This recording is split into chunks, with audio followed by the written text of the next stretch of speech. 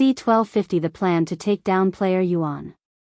Chapter 1250 The Plan to Take Down Player Yuan. 1250 The Plan to Take Down Player Yuan. So, do you already have a plan for taking down Player Yuan?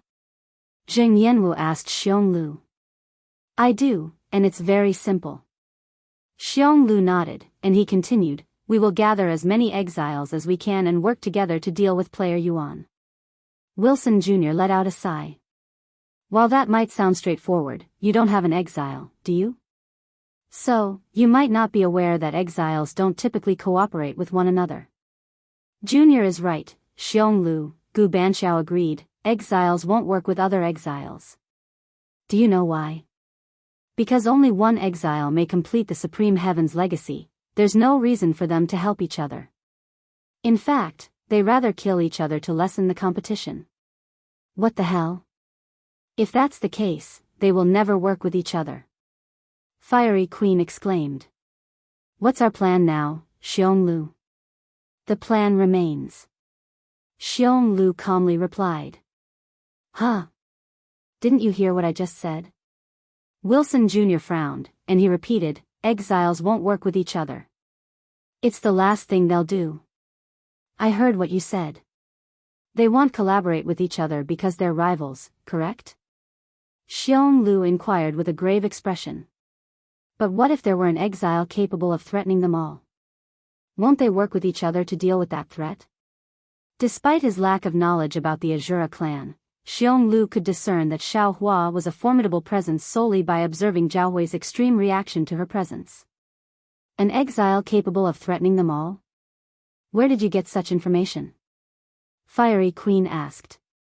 I witnessed her effortlessly slaughter a peak spirit king as if it were child's play, Xionglu recounted, his tone carrying a weight of awe and dread.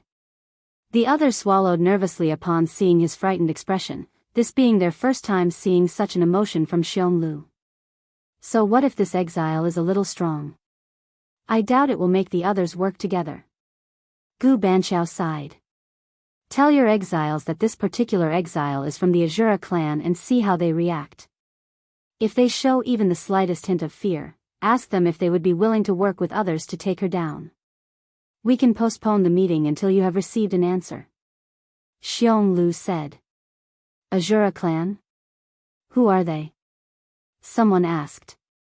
I don't know. Xionglu shook his head.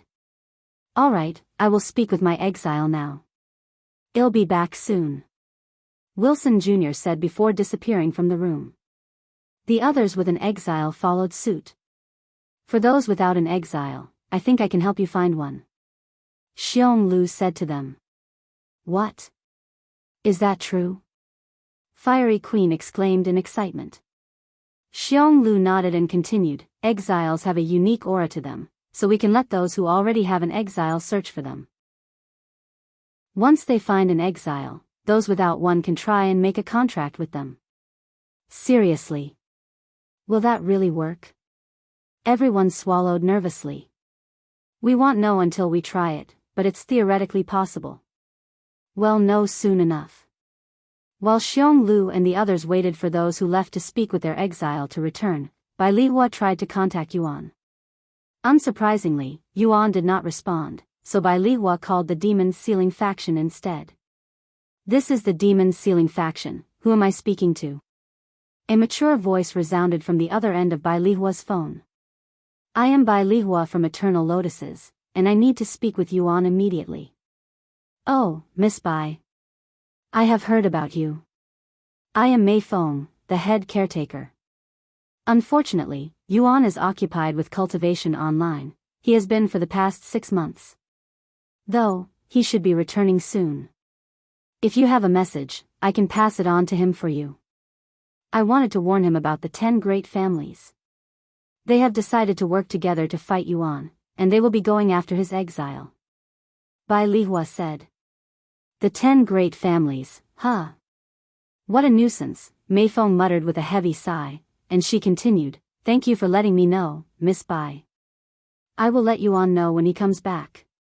Considering Yuan's strength, I may be pointlessly worrying about this, but the 10 great families are not to be trifled with. Biyao sighed. Meanwhile, inside Cultivation Online, Wilson Jr. asked his exile, who was a skinny man with a murderous aura. That's the gist of it, Wu Wenjun.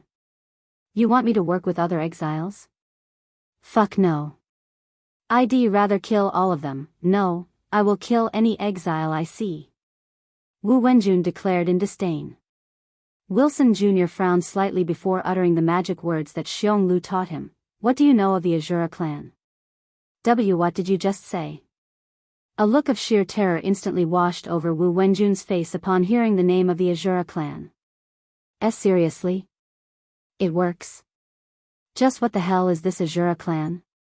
Wilson Jr. was taken aback when he witnessed Wu Wenjun's terrified face, as he had never seen him display such intense emotions before. Junior. Where in heaven did you hear that name? Wu Wenjun inquired urgently. I heard it from a friend, and there is an exile out there that is from this Azura family. Wilson Jr. explained. And no. That's impossible. Wu Wenjun exclaimed with a look of disbelief. There's no way the Azura clan would be allowed to partake in the Supreme Heaven's legacy. In fact, they have been barred from participating since the first day they were banished.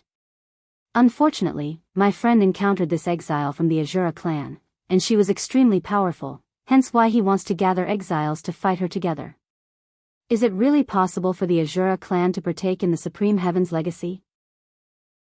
I've been out of the primordial realm for 10,000 years, so things could have changed since then. Wu Wenjun mumbled to himself with a solemn expression. If that's indeed the situation, then it's imperative that we unite to eliminate them first, or else the Azura clan will annihilate every last one of us. Follow current novels on Top Novel Fool. Com.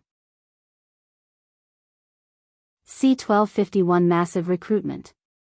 Chapter 1251 Massive Recruitment. 1251 Massive Recruitment. You want me to team up with other exiles to deal with a single exile? Ha ha ha. Are you messing with me, Zheng Yanwu? Zheng Yanwu's exile, a stout middle-aged man, erupted in laughter at the absurdity of the suggestion. Let me finish, Xia Jin. She's not just any exile, she's an exile from the Azura clan. Zheng Yanwu said the magic words. Xia Jin's laughter abruptly ceased, and his face froze, overtaken by a profound and visceral terror. Azura clan. You want me to fight someone from the Azura clan? Are you completely out of your mind? I'd sooner devour my own tongue than meddle with those monsters. Xia Jin exclaimed, his voice quivering with dread. Is this Azura clan really that terrifying? I've only learned about them from a friend. Zheng Yanwu frowned. Are you seriously proposing that we take on the Azura clan when you know absolutely nothing about them?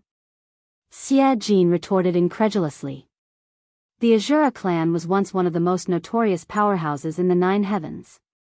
They aligned themselves with the evil god and massacred countless cultivators, ultimately even killing the celestial emperor himself. Because of their crimes, their entire clan was banished to the primordial realm for the rest of their lives. Xia Jin explained with a tone of gravity, providing context about the Azura clan's dark history. And he continued, even 100 of us would not be able to defeat one of them, much less a dozen of us. Zheng Yanwu was inclined to believe that Xia Jin might be exaggerating and responded, even if that's the case, their powers should be restricted as an exile. You clearly know nothing about them. What's terrifying about the Azura clan isn't just their power, it's their very nature. Xia Jin sighed in a defeated manner, emphasizing the sinister essence that made the Azura clan so fearsome. They are a bunch of crazy bastards that wouldn't hesitate to torture your entire family if you accidentally bump into them. In any case, I strongly recommend against getting involved in this endeavor, unless you have a desire for a gruesome demise, Xia Jin warned with utmost seriousness. Zheng Yanwu lapsed into silence upon witnessing Xia Jin's strong reluctance to join their campaign against Yuan's exile. Xia Jin was known for his ruthlessness, even willing to slaughter innocent bystanders without hesitation, yet his unwavering determination to avoid the Azura clan was a revelation that left him astounded. Fine, if you don't want to join, I won't pressure you. But I'm going to be a part of this even if I have to go alone. That scoundrel Yuan. He murdered my cousin and wreaked havoc in my family. I won't let him go unpunished. Jing Yanwu declared with determination. Following Yuan's intervention in the conflict between Bai Lihua and Jing Weimin, the Bai family and the Jing family became sworn enemies. Furthermore, the Jing family, which was ranked 5th in the legacy ranking before the drama occurred, was dropped to the 8th place, slapping their faces even further. You stubborn fool. Xia Jin shook his head and thought, I will probably have to start looking for a new master soon. Several cities away, Gu Banxiao was having a similar conversation with his exile, who was a pretty lady. Since we don't know if this exile is truly from the Azura family or not, I won't make a decision until I see her myself. However, until then, I'll cooperate with you and the other exiles. And in exchange for my cooperation, you'll let me have some fun later without any complaints. Gu Banxiao shivered upon hearing her words, sensing a deeper and more ominous implication beneath their surface. Fine, just don't kill too many people, he sighed. Sometime later, everyone gathered at the round table. How did it go? Did you guys manage to convince your exiles to cooperate with each other? Xiong Lu asked them. My exile is willing to cooperate, Wilson Jr. said. My exile refused to give an answer until she saw the target for herself, said Gu Banxiao. Well, my exile has outright refused to cooperate. He wants nothing to do with the Azura clan, or so he said. Jing Yanwu sighed, and he continued, but I will continue trying to convince him. Even if he doesn't cooperate, I will do whatever I can to help. I understand. I'm sure those who are unwilling to cooperate will change their mind once we gather more forces. Xiong Lu said. And he continued, now, on to the next matter. Wilson Jr., Jing Yanwu, Gu Banxiao, I have a crucial mission for the three of you. I want you to use your own exiles to seek out other exiles.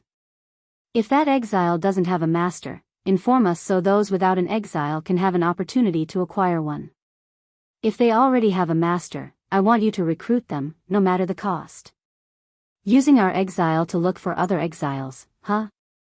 This is pretty genius. Wilson Jr. muttered. How much time are we going to use to prepare for this whole campaign? Jing Yanwu asked. As much time as we need, but that does not mean we should take our time. If we take too long and player Yuan reaches a point where we cannot defeat him even if we work together, we'll be screwed. If time is of the essence, we can use the 10 great families' power and influence. If we make an announcement about this, we should get a few recruits. Things will definitely progress much faster this way. Gu Banxiao suggested. Xiong Lu nodded in agreement. That's a sound plan. I'm certain the knowledge of exiles will become public eventually. We should leverage our influence to recruit them before it becomes common knowledge, he concurred. Thus, the following day, 9 of the 10 great families came together and collaborated with each other in a single, massive recruitment, something that had never been done before. They announced that they were recruiting players with an exile, offering immense benefits, such as fame, wealth, and power, something the 10 great families were fully capable of fulfilling. However, they did not elaborate on the existence of exiles, so their announcement also puzzled countless players. Follow current novels on Top Novelfool. Com. Chapter 1252. Published at 24th of October 2023 7:06 and 8 seconds p.m. Chapter 1252, 1252 If audio player doesn't work, press stop then play button again. Chapter 1252 Massive Recruitment, 2, 1252 Massive Recruitment, 2. Within minutes of the 10 Great Families recruitment announcement, hundreds of players began commenting on it, and word spread like wildfire through the mouths of tens of thousands of individuals. Hey, did you see the latest post on S Forum? Not yet. What does it say? You probably won't believe it until you see it yourself, but the 10 great families have joined forces for a recruitment drive. The 10 great families are working together? Now that's something you don't hear every day. In fact, this might be a first. What kind of recruitment is it? I'm not exactly sure. They mentioned something about exiles, but I have never heard of this term until today. Let me check it out real quick. The recruitment post shared by the 10 great families on the forums was an attention-grabbing declaration. Frowny face. We are in search of exceptional players who boast the rare privilege of having an exile as their companion for a unique and monumental quest. If you are among the fortunate few, we extend an exclusive invitation to join hands with us, the 10 great families. For those who are successfully recruited, a treasure trove of rewards awaits. First and foremost, you will be granted the privilege of selecting a coveted heaven-grade treasure of your choosing, a testament to our commitment to your prosperity. But that's not all. You will also receive an upfront payment of $5 million to further your personal endeavors. Upon the successful completion of our quest, you will be entitled to an additional $10 million as a token of our appreciation for your unwavering dedication. Moreover, your association with the 10 great families extends beyond mere material benefits. You and your family will receive official recognition as our valued associates, opening doors to a future of boundless opportunities and security under our patronage. Your success will be our success, and your ambitions will become our shared goals. Join us now and embark on a journey that will not only reshape your destiny but will also lay the foundation for a legacy that will endure through the ages. The 10 great families awaits you with open arms and unparalleled promises. Approved and collaborated by Xiong family, Wilson family, Chen family, Li family, Jing family, Huang family, Harris family, Gu family, and Walker's family. The recruitment notice, posted on the Xiong family's official account, carried the signatures of all the other families, confirming its undeniable legitimacy. Holy shit. These rewards are insane. Heaven-grade treasure. $15 million. And arguably the most valuable reward, the 10 great families' recognition and support. The enticing rewards offered by the 10 great families triggered a flood of inquiries from Cultivation online players. However, a significant portion of these individuals had no understanding of what an exile was, and as a result, they were swiftly disregarded. There were some who tried to fake having an exile, but they were also quickly rooted out with a few questions that only those with an exile would know. As the day drew to a close, Xiong Lu assessed the number of players who might possess an exile and couldn't help but smile with satisfaction. 26 players, and it's only the first day, Xiong Lu remarked with a sense of anticipation for the days ahead. Over the course of the next several days, hundreds of thousands of players reached out to the 10 great families. By the week's end, a rigorous screening process had narrowed the field down to 81 players who had successfully passed all initial inquiries and were now eagerly awaiting their in-person interviews. 81 players. Even if only half of them have an exile, it's still a lot. Xiong Lu's hands trembled in excitement as he saw the numbers. We can do it. We can take down Yuan. I cannot wait to see how useless you'll become without your exile, Yuan. Ha ha ha ha. Xiong Lu couldn't hold his excitement and started laughing out loud. Meanwhile, inside the Demon's Ceiling faction's headquarters, a meeting was in session, attended by all of its members except for Yuan. This is about the 10 great families' recent movements, correct? Wang Ming asked as he looked at Mei Feng, who called for the gathering. Indeed. I don't know what this exile business is about, but I do know that it's related to Yuan, she acknowledged. I've never heard of it either. What about you guys? Shi Lang asked everyone there. Everyone besides Chu Liuxiang and Meishio shook their heads. Allow me to explain. Meishio raised her hand and said. In Cultivation Online, there are these people known as an exile. They are essentially criminals that have been banished from the 9 heavens because of a crime they or their family had committed. Exiles possess something known as the Supreme Heaven's Legacy. I'm not privy to the specifics, but it's a means for them to regain their freedom. One of Yuan's companions, Xiao Hua, happens to be an exile. So the 10 great families are gathering these exiles. But for what purpose? Wang Bingbing inquired. Mei Feng then revealed, I had initially intended to wait for Yuan's return to share this information, but it appears that the 10 great families are specifically targeting Yuan and his exile. What? These dirty bastards are working together to target Yuan? Unacceptable. Wang Ming slammed the table in anger. Honestly, I've been anticipating their move, and it took them longer than I expected, Hong Xiuquan remarked. However, I didn't anticipate them collaborating, given their historical rivalry, he added. That just goes to show how much of a threat Yuan poses to them, particularly in terms of their legacy ranking, Shimurong shrugged. What should we do? We can't simply stand by and allow the 10 great families to target Yuan, Chu Liuxiang inquired with a slight frown on her face. Do we truly need to take action? After all, this is Yuan we're discussing, Li Jinsi stated, and went on, he's already attained a level that's beyond our comprehension. I doubt even the 10 great families, if they amass their forces, could pose any real threat to him. That's a valid point. No one could dispute Li Jinsi's assessment, and a contemplative silence filled the room. Follow current novels on Top Novel Fool. Com if you find any errors, broken links, non-standard content, etc. Please let us know, report chapter, so we can fix it as soon as possible.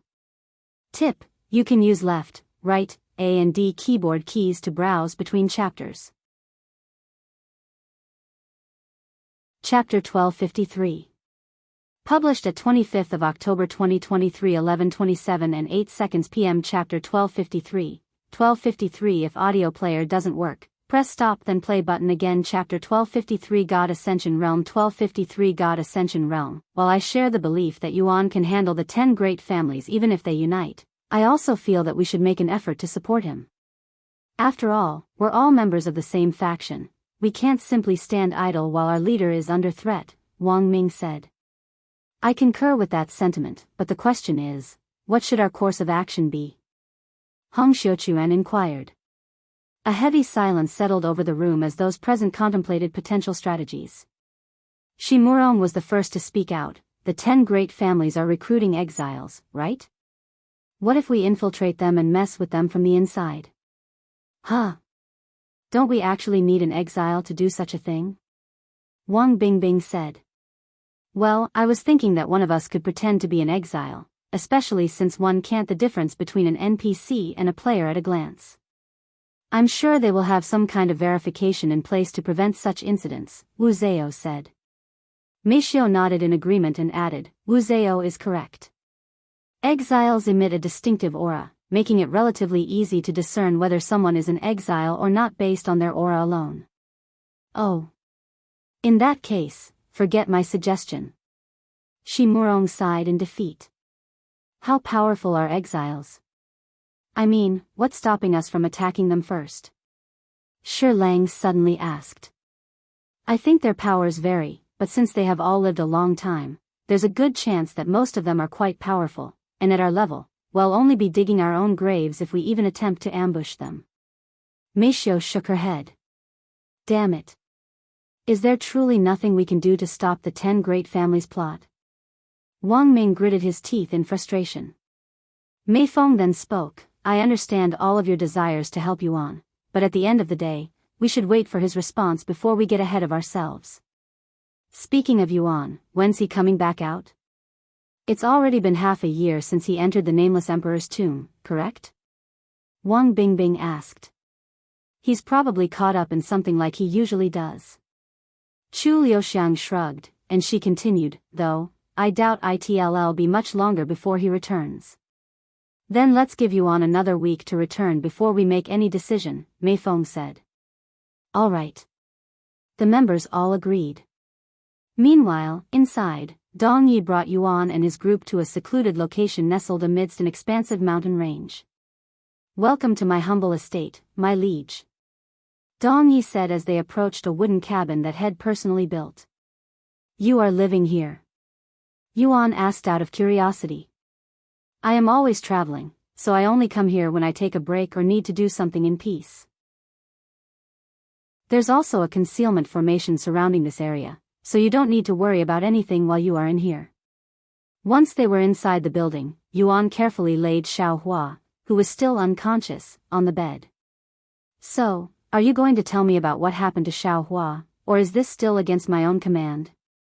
Yuan looked at Dong Yi, who could only stand there with a bittersweet smile.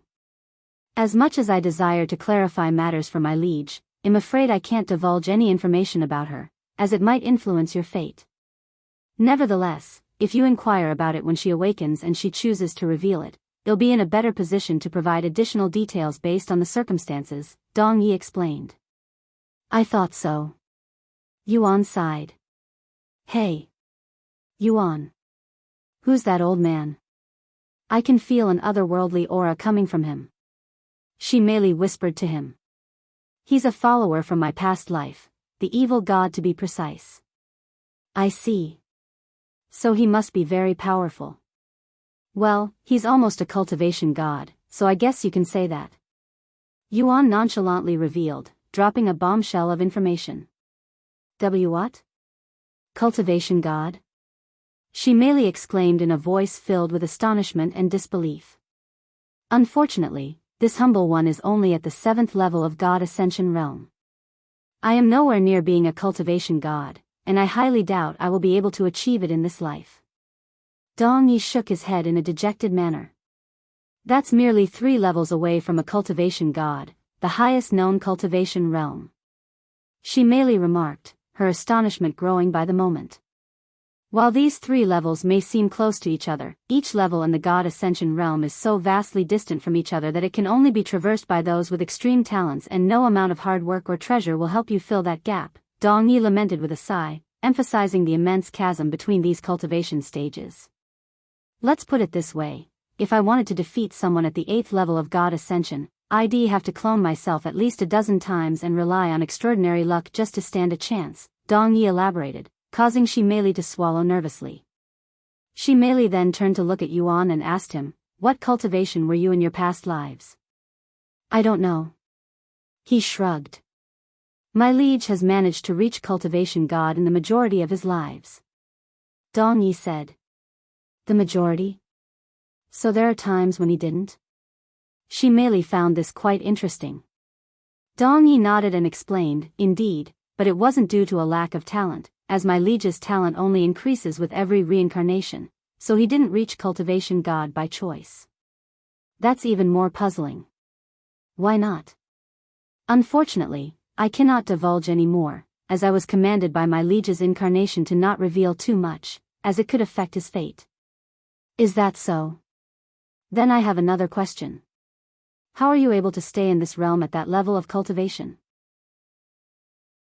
Doesn't it get increasingly harder to go to the lower realms the higher your cultivation?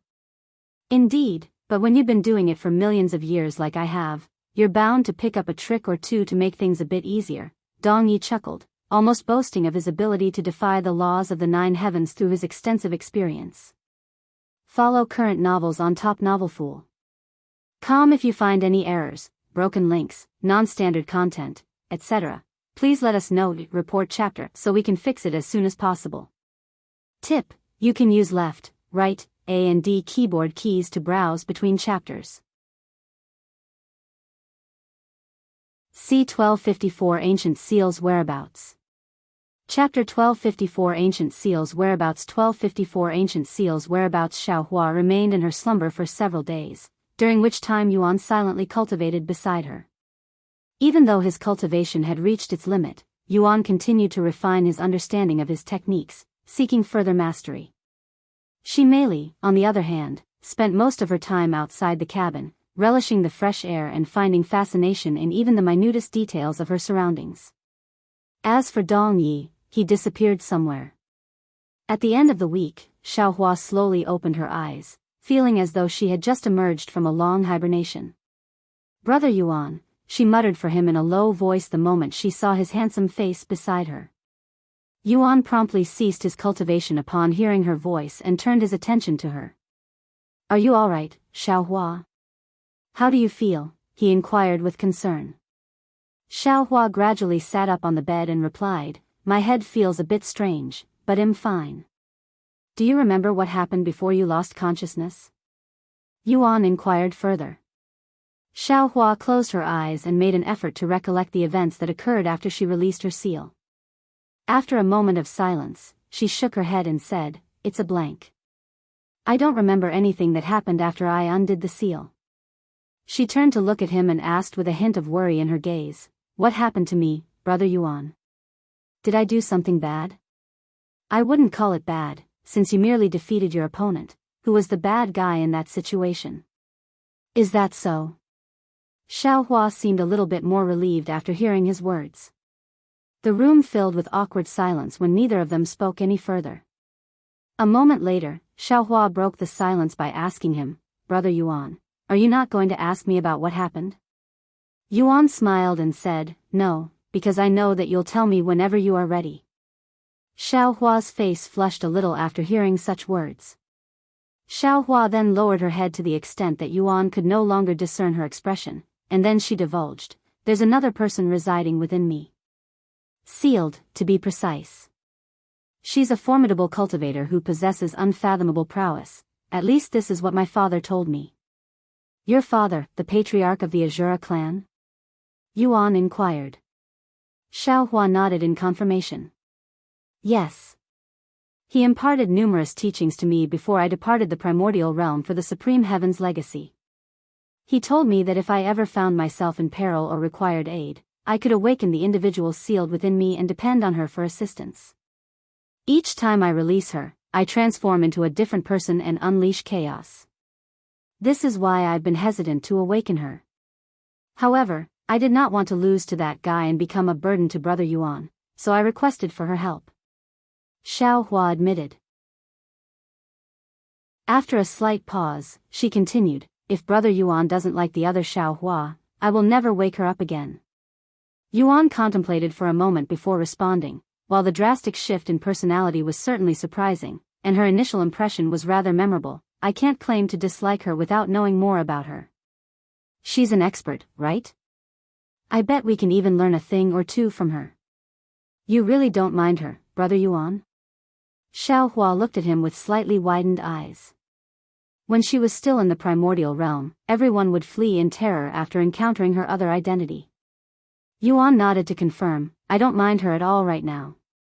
I'll start worrying if she turns out to be a bad person, though." Xiaohua acknowledged, feeling as though an invisible burden had been alleviated from her shoulders. Meanwhile, above the cabin, Dong Yi had been listening to Xiaohua's words. "Another person sealed within her, huh? While not entirely accurate, it's not completely wrong either." He mumbled with a mysterious smile on his face. Dong Yi returned to the cabin after some time. "My liege, what are your plans now that you've explored the Nameless Emperor's tomb?" he inquired. "I'm planning to visit the Tian family. They must be concerned since I haven't returned to them as promised after our exploration," Yuan responded. "I understand. In that case, I'll lead you to the nearest city with a teleporter," Dong Yi replied.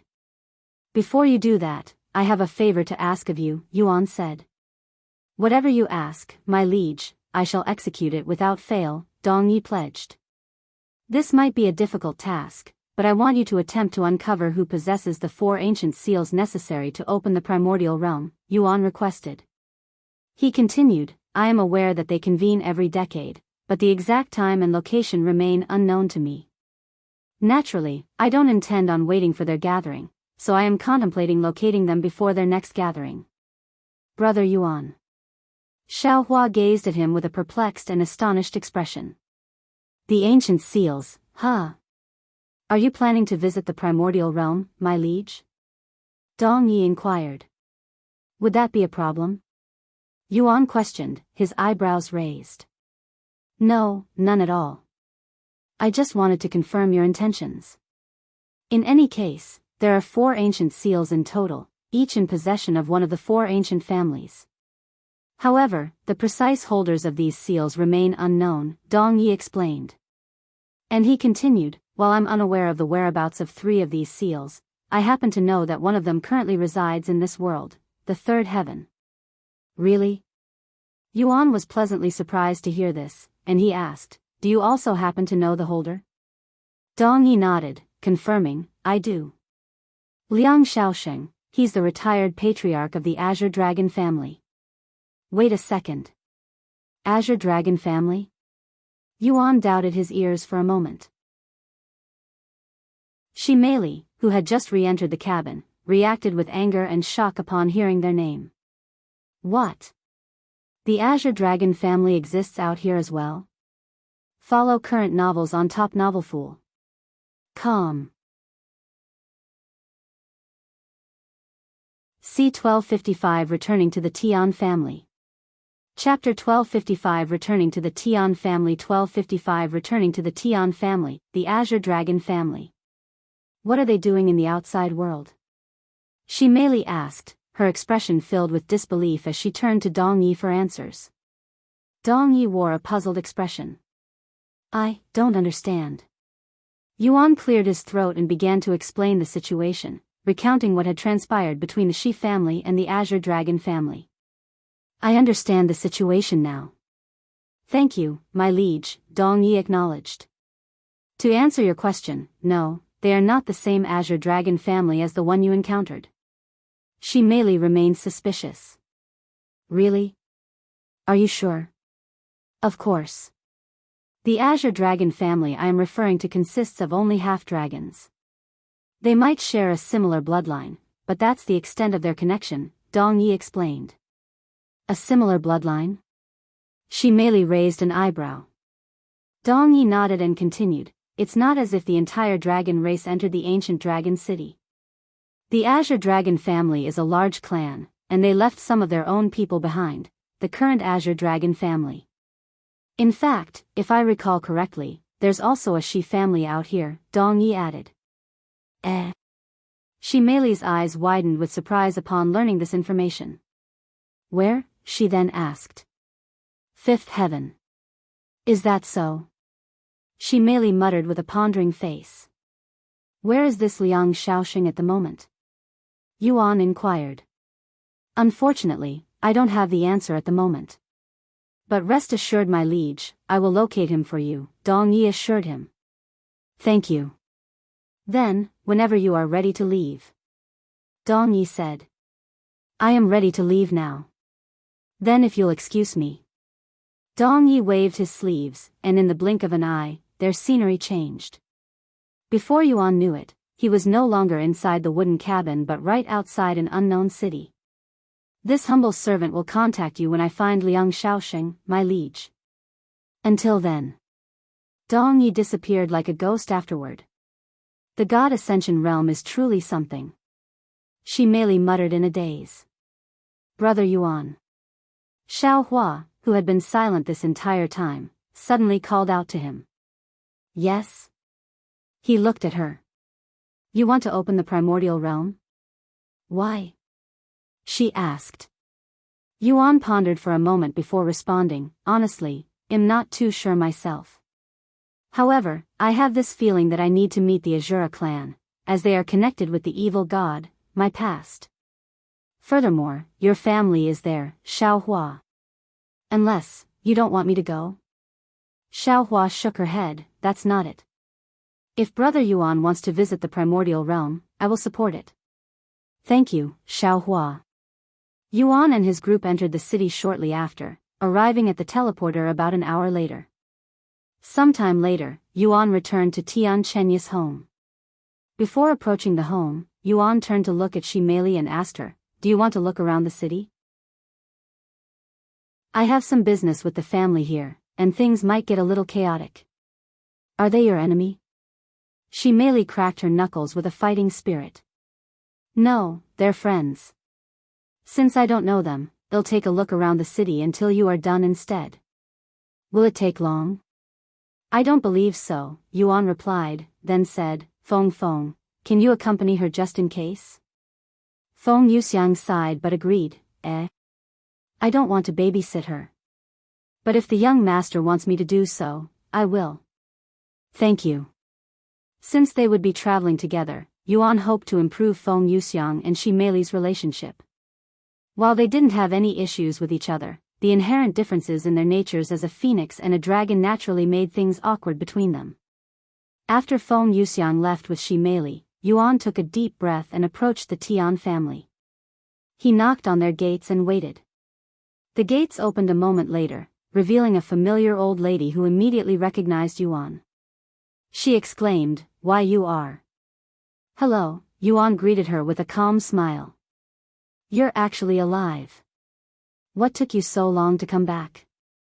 Do you have any idea what the young lady has been through recently because of you? The old lady suddenly scolded him without hesitation. I am truly sorry, but something happened within the Nameless Emperor's tomb, delaying my return.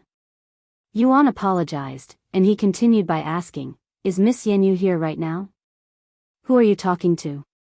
Another familiar voice suddenly resounded from inside the house. Mistress. The old lady moved away from the door so Tian Suyin could see Yuan's face. Tian Suyin's face froze for a moment, but then she started trembling in anger. She exclaimed, you bastard. You still have the guts to show your face around here? Why couldn't you have continued being missing? Despite her harsh words, Tian Suyin had also been worried about his well-being for the past week, so her anger was mixed with relief. I apologize for returning so late, Yuan said sincerely. I was stuck in the Nameless Emperor's tomb and couldn't return until now. He was trapped inside the tomb. That silly girl was actually right. Tian Suyin was in disbelief after realizing that Tian Yanyu had proved her wrong. After snapping out of her daze, Tian Suyin cleared her throat and said to him in a calming voice, why are you still standing there? Hurry up and come inside before I close the gates on you. Yuan didn't say anything else and entered the residence before following Tian Suyin. Do you have any idea how worried you made my daughter? She's been depressed since we returned. Tian Suyin suddenly said. Sorry. Yuan didn't know what else to say and could only apologize again. He also noticed that they were heading to Tian Yanyu's room. Sometime later, they arrived at Tian Yanyu's room. It'll be in the lobby. Tian Suyin said, and without saying anything else, she turned around and walked away. Yuan took a deep breath as he stood in front of Tian Yanyu's door, preparing to knock. However, just as he was about to knock, his movements halted when he heard the sound of someone stomping on the ground. Dong! Dong! Bang! Before he could react, the door slammed open, and Tian Yanyu appeared before him with a dazed look on her face. Xiaoyang! You're alive! I knew it! Without any hesitation, Tian Yanyu leaped onto him, wrapping her arms around him in a tight embrace. The two of them tumbled to the floor. Yuan smiled and said with one arm wrapped around her, since we're back, you can call me Yuan again. Follow current novels on Top Novel Fool. Com. C1256 Tian Yanyu's Feelings. Chapter 1256 Tian Yanyu's Feelings. 1256 Tian Yanyu's Feelings. Xiao, Yuan. Where have you been this whole time?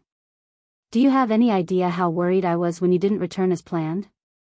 After spending a good moment silently hugging him, Tian Yanyu suddenly exclaimed.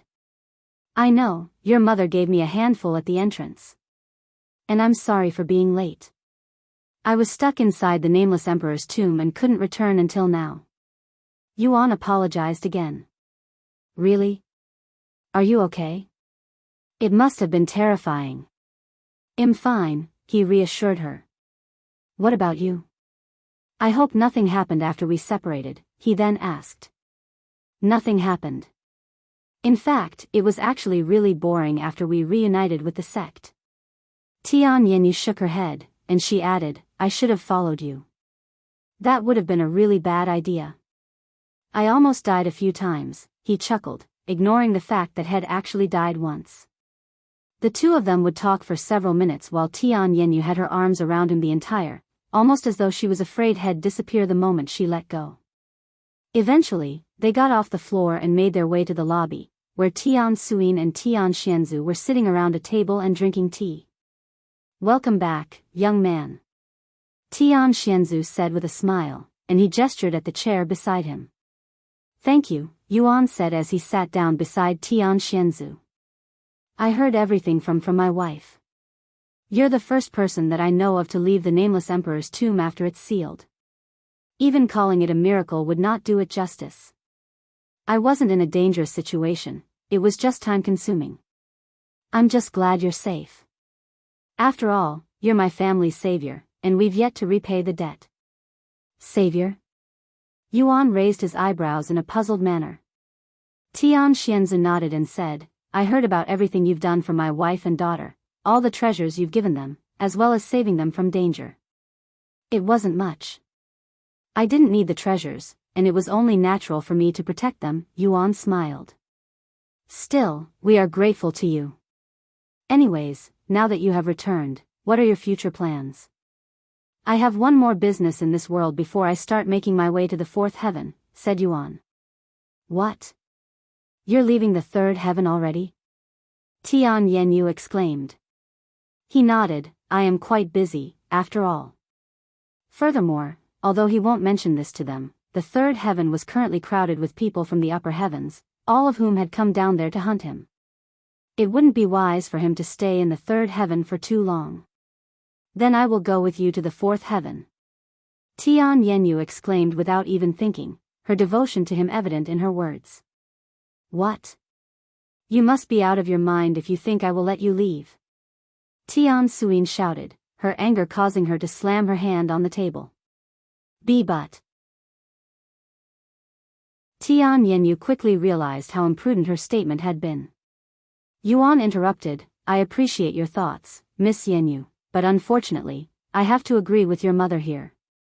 It's too dangerous, and you already have a stable life here. I, on the other hand, have no family or life here, not to mention the mountain of things that I need to do in the upper heavens. I have to keep going higher even if I don't want to. If you have no family here, then you can start one, with me. Tian Yanyu hesitated for a moment but eventually pushed herself to say such words, her face flushed red by the end. The entire room filled with silence as Yuan and the others stared at Tian Yanyu with surprised faces. Why you? What nonsense are you spewing? Tian Suyin was astonished that her daughter even had the courage to say such things. However, this also showed how much Tian Yanyu cared for Yuan. Despite how nervous and embarrassed she felt, and how much she wanted to run away, Tian Yanyu forced herself to remain in the room, her gaze fixed on Yuan as she waited for his response. After a moment of awkward silence, Yuan responded to her feelings with a single word, sorry. Tian Yanyu quickly realized that she had been rejected, and tears immediately began forming in her eyes. However, before any tears could fall, she turned around and ran out of the room.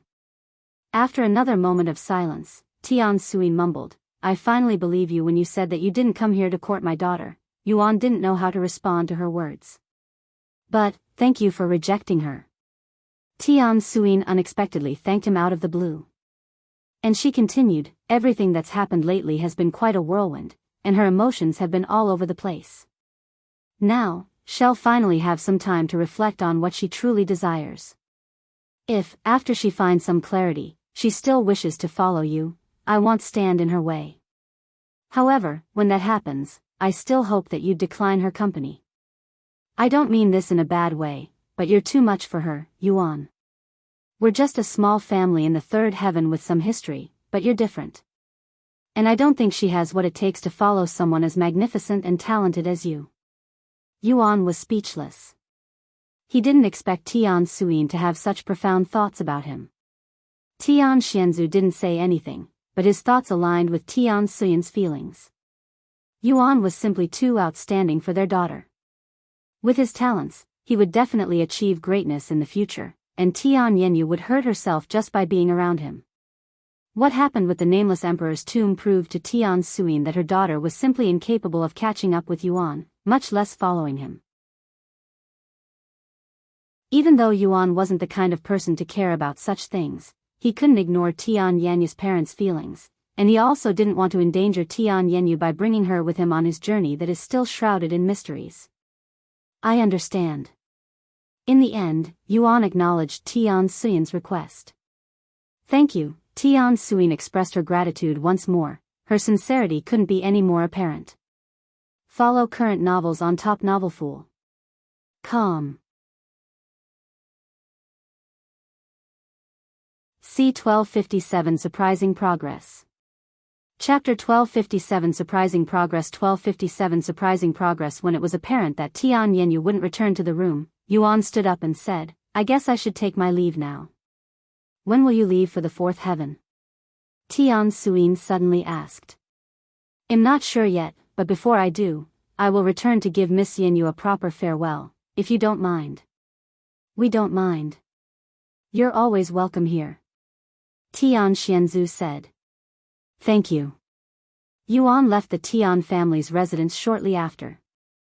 Xiaohua, Yingying, I am going to be away for a while. I should return in a week. Yuan said to them. And then he contacted Feng Yuxiang through their spiritual connection. Feng, I will be away for a week. Please let Shimei know. I will contact you again when I return. After spending half a year inside with only a single break, Yuan desperately needed some fresh air from Earth, as well as catching up with his partners and companions. He logged off the game for the second time in half a year. After removing the console from his head, Yuan inspected his body and mumbled, My body is already at the point where I no longer need to eat or drink for half a year without any issues. As convenient as it sounds, it's also quite terrifying. He got off the bed and went to take a long bath. The herbs for body tempering are no longer effective, they're simply too weak for my physique now. Yuan increased the amount of medicine for his body tempering, but it still wasn't enough to even make his body tingle.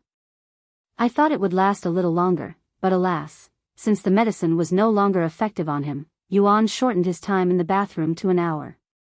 By the time he came out of the bathroom, it was already late into the afternoon. When he returned to the bedroom, Yuan realized that Chu Liuxiang was absent. Usually, she would be either cultivating or playing. He looked out the window, but the training grounds were empty. He then made his way to the hallway, where he encountered Mei Feng, who was mopping the floor with a serious expression on her face. Hello, Mei Feng. It's been a while. Yuan approached her with a bright smile on his face. Yuan. You're finally back. Mei Feng's expression immediately brightened upon seeing his face. She also stopped mopping the floor and went straight to him. Are you okay? Does your body feel weird anywhere? I know you are a cultivator, but you haven't eaten or drank anything for half a year, right? Mei Feng immediately began questioning his well-being, which didn't surprise Yuan in the slightest. I am perfectly fine. In fact, I've never felt healthier, he chuckled. Mei Feng had a slightly baffled look on her face as she mumbled, I noticed my body requiring less maintenance as my cultivation increased too, but I didn't think it could allow humans to ignore food and water. Cultivation is truly profound. Hearing her words, Yuan peeked at her cultivation level. Wow, you're already a spirit master?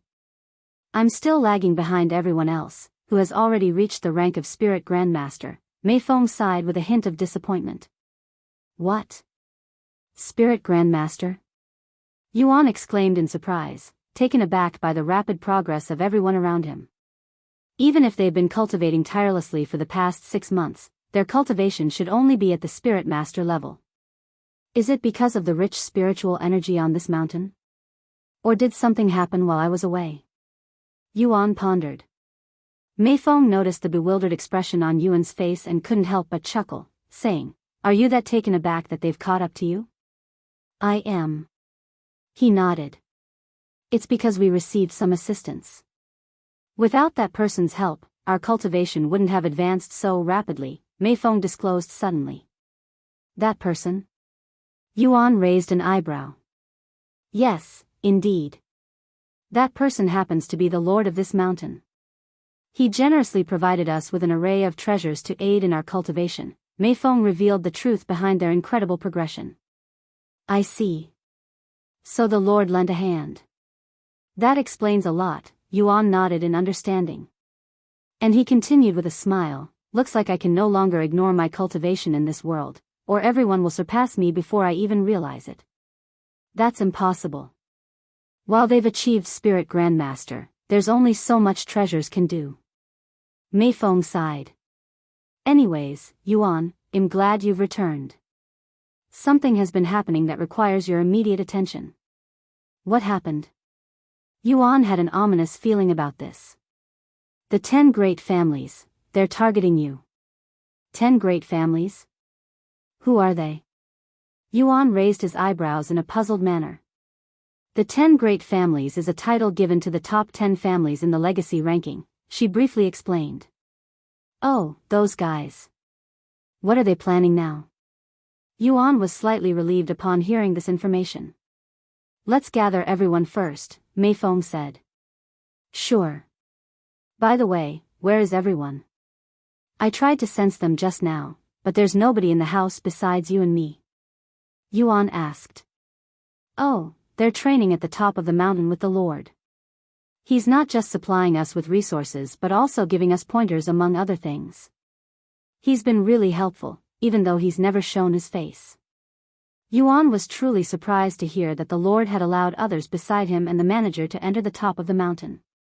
I wonder what changed his mind, he wondered inwardly. Then I will immediately go call them back.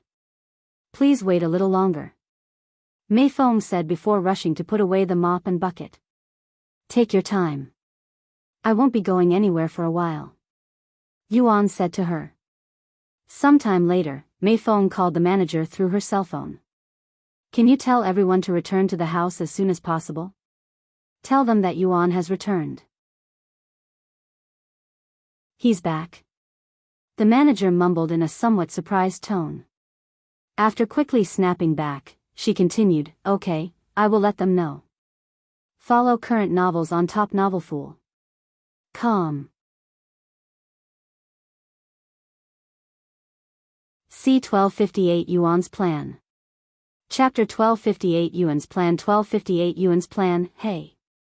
You can all cease your training now.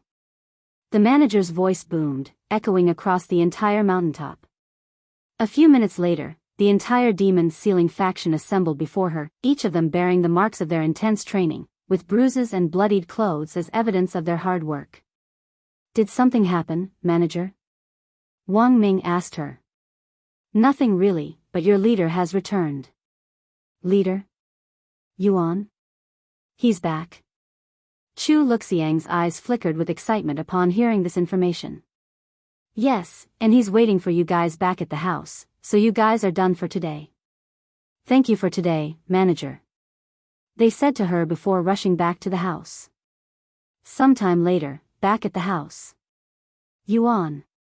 Chu Liuxiang rushed at Yuan and tossed her body onto him without hesitation.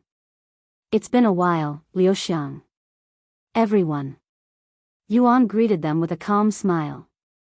Welcome back, Yuan. Mei Xiu was the first to respond, her face with a gentle smile. I'm back. Sorry, it took a little longer than expected. Luckily, you came back at just the right time. If you'd come back even a little later, we would have had to act without you. Wang Ming said. Is this about the 10 great families? Yuan asked. You knew? They looked at him with wide eyes. Not the whole story. Mei Feng told me the 10 great families are trying to cause trouble, but that's all. And now that we're all here, I will tell you the whole story, Mei Feng said. I think it can wait a little longer. Yuan chuckled, and he pointed at the others. They should probably get cleaned first. Sorry. We won't take long. Everyone there quickly scrambled back to their rooms to wash themselves. Sometime later, once everyone returned, they all sat around the dining table. Now that everyone is here, allow me to begin, Mei Feng said as she brought out a laptop and a projector. As I've already told you, the 10 great families are targeting you, Yuan. While you were still away, I received a call from Bai Lihua, who warned us about the 10 great families' plan, that they plan on working together to go after you and your exile. My exile? Xiaohua? Yuan raised an eyebrow upon hearing this news, and he immediately understood the situation. I see. So that person must have been from the 10 great families, and he's seeking revenge for what happened. Yuan sighed out loud. What are you talking about? Did you already encounter the 10 great families? Chu Liuxiang asked him.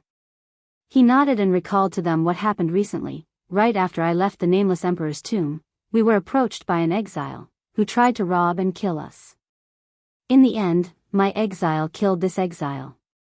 Of course, this exile had a partner, who hid the entire time. He must have been from the 10 great families. Everything makes sense now. But to make the 10 great families work together, it could only be the work of one person, Xiong Lu. He's a very famous player who dominated many games, and the Xiong family is also currently ranked first in the legacy ranking. Feng said. She proceeded to show Yuan the recruitment announcement made by them. They are also gathering exiles from around the world now. Unfortunately, we don't know how common exiles are or how many have joined Xionglu. Yuan closed his eyes and began pondering silently. Eventually, Wang Bingbing asked, "So, what do you think we should do, Yuan? We had a few ideas about fighting back, but we've decided to wait for your return before we act." Yuan opened his eyes and smiled. "It's quite simple. There's no need to do anything." "Excuse me?" Everyone there looked at him with wide eyes. "No matter how many exiles they've gathered, they won't be able to do anything to me," Yuan calmly said. "Seriously? You're that confident?" Wang Bing muttered in a dazed voice. "Your strength must have increased significantly during the last 6 months," Li Jinxi said, her gaze filled with anticipation for some reason. "Well, I'm still stuck at peak Spirit King, but I have improved on everything else." "So you don't plan on doing anything about the 10 great families?" Shi Murong asked. "Actually, I do have a plan up my sleeves." "What's the plan?" They all looked at him with anticipation. "I'm going to visit them once they fully gather their force," he casually revealed. "You're what? Wouldn't it be better for you to visit them before they gather their force?" Feng couldn't help but ask. "It wouldn't be as convincing if I did that. In fact, they will most likely start making excuses and continue causing more trouble later." "Convincing? What are you trying to convince them of?" After a slight pause, Yuan spoke with a grim smile. "I'm going to convince them that no matter what they do, they will not be able to touch me." Everyone there swallowed nervously as they subconsciously began to wonder what Yuan was going to do to the 10 great families. "Anyways, let's put the 10 great families aside for now and catch up on our own lives. I see that you guys have been training hard for the past half a year, to the point where you've all caught to up my cultivation. It's mostly thanks to the Lord's assistance," Wang Ming said. "Without his help, as well as the manager's training sessions, we wouldn't have been able to reach Spirit Grandmaster so quickly." "Liya also helped you guys?" "Now that's shocking." "Is it really? She's actually really nice once you get to know her. Though, she does have trouble being honest with herself at times." Wang Bingbing smiled. "Her training is brutal, too. I swear I almost died a few times, just this month alone." Shi Lang sighed. "Yuan, tell us about the Nameless Emperor's tomb. I want to hear about your adventures," Chu Liuxiang suddenly requested. He nodded, "Okay." Thus, Yuan began recalling his experience within the Nameless Emperor's tomb to everyone. Follow current novels on topnovelfool.com. C1259 Catching Up. Chapter 1259 Catching Up. 1259 Catching Up. What? You actually went back to the ancient dragon city? Wang Xiuying was greatly surprised when she heard this. Yuan nodded. "Unfortunately, it wasn't as relaxing as when we last visited, as I had to stop an invasion against the Shi family." And he proceeded to recall the short war between the Azure Dragon family and the Shi family. Unbelievable, to think such a thing could happen in that place. Wang Xiuying sighed. "In the end, she merely decided to follow me to the outside world, so we're traveling together now." "The Dragon Princess, huh? I truly didn't expect that," Yuan nodded. "Then we encountered the exile after coming out of the Nameless Emperor's tomb." After a brief silence, he continued, "Now then, why don't you all share your adventures?"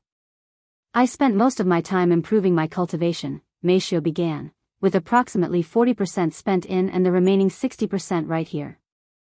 Chu Liuxiang nodded. "Same here, but I split my time between the two equally, spending half of my time in and the other half training out here." Wang Ming then said, "I spent most of my time in until I became an inner court disciple in the Formless Sword Academy. After that, I spent most of my time training with the Lord. I also became an inner court disciple at the Heavenly Academy," Wang Bingbing said. In the end, everyone who remained in the second heaven to join a sect managed to become an inner court disciple.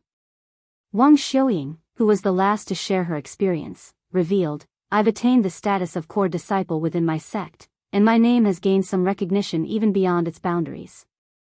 Nevertheless, due to spending the majority of my time I've only reached the peak of Spirit Master here, making me the only one who hasn't reached Spirit Grandmaster." Ahem. Mei Feng suddenly cleared her throat and spoke, "I am also a Spirit Master too, you know. But you spend most of your time doing chores. If you dedicated more of your time to cultivation, you would have been a Spirit Grandmaster as well." Wang Xiuying said. "My responsibilities as the caretaker of this household take precedence, even over my cultivation," Mei Feng asserted firmly. "Spirit Grandmaster or not, I'm proud of everyone here," Yuan said with a smile. "You've all achieved great things within half a year. If you guys keep going at this pace, you'll surpass me in no time. Nobody here is trying to surpass you, we're just trying our best to keep up and not become a burden to you." Wang Ming sighed. "That's nonsense. I've already told you guys many times that I don't care if you become a burden or not, because I will never see any of you that way." Yuan shook his head. After a moment of silence, Wang Bingbing raised her hand and asked, "Yuan, I have a question." "What is it?" "After hearing so much about exiles and how much they could benefit our progress, what if we also find ourselves an exile to partner up with? I can't be the only one thinking about this, right?" Wang Bingbing looked around the table. Indeed, some of them have thought about getting their own exile and were waiting for the right time to bring it up. That time was now. Wu Zhao spoke next. "I was also thinking about it." "Me too," said Shi Lang. Hearing their question, Yuan could only sigh. "Unfortunately, even though having an exile comes with a lot of benefits, I don't think you'll be able to ignore the cons. As you all know already, exiles are criminals that have been banished from the 9 heavens, and they are not your average criminals either. Even though my exile, Xiaohua, is a good girl and definitely doesn't deserve to bear that label, I must admit that I got extremely lucky with her as my partner. However, I can't guarantee that you guys will have the same luck. Of course, I am not saying that you should not partner up with one. If you happen to come across an exile like Xiaohua, you should definitely partner up. However, exiles like Xiaohua are few and far between, this I am willing to bet a fortune on." "That makes sense. I definitely wouldn't want a criminal by my side even if they come with a lot of benefits." Wang Bingbing nodded in agreement. "And they are not your run-of-the-mill criminals." Wang Ming added, "For them to have faced banishment from the 9 heavens, their transgressions must have been of a truly heinous nature." Li Jinsi chimed in, saying, "Why would we even require assistance from an exile when we already have someone like Yuan with us?" Wang Bingbing was momentarily at a loss for words, but as she contemplated Li Jinsi's statement, she came to recognize her own shortcomings. "You are absolutely right. Forget I even suggested such a thing," she sighed. Yuan shook his head and said, "There's no need for that. If you encounter an exile who isn't a bloodthirsty criminal, you should work together with them since they could really help you out. In fact, I encourage it. If I hadn't met Xiaohua, I don't think I would have made it to where I am currently." "If you say that, I have another question." Hong Xiuquan raised his hand and proceeded to ask, "How can we tell if someone is an exile or not?" "Exiles have a unique aura to them, but I don't think you'll be able to tell the difference until you encounter one. However, they will most likely tell you themselves, as they need a partner to participate in the Supreme Heaven's legacy, which is another way to tell if someone is an exile or not since they all have that legacy." And he added, "This is purely speculation, but I think exiles are mostly found in seclusive areas, as they're akin to hidden quests and dungeons, so you won't find them hanging around in a busy city or anything like that." "I see, thanks. I will keep that in mind," Hong Xiuquan said. "Any more questions before we call it a night?" Yuan asked. And for the next several minutes, he answered any questions the others threw at him. Follow current novels on topnovelfool.com. C1260 A 100 Years.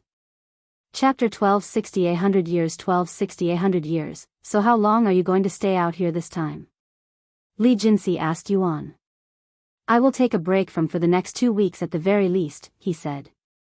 Good. I want you to see my progress. Li Jinsi then said. Me too. Wang Ming added. The others also expressed their desire for a sparring session, and Yuan readily agreed, saying, certainly. I'm quite curious to see just how effective the Lord's training has been. After spending some time answering questions, Yuan eventually ended the meeting. Okay, let's end it here today. While everyone walked towards their rooms, Yuan walked towards the entrance. Where are you going? Chu Liuxiang asked when she noticed this. I am going to visit the Lord now. I'll be back soon. Oh, okay. Then I'll see you later. Chu Liuxiang winked at him before walking away. Should I call the manager to let her know that you'll be heading there? Mei Feng suddenly asked. He nodded, please, and thanks.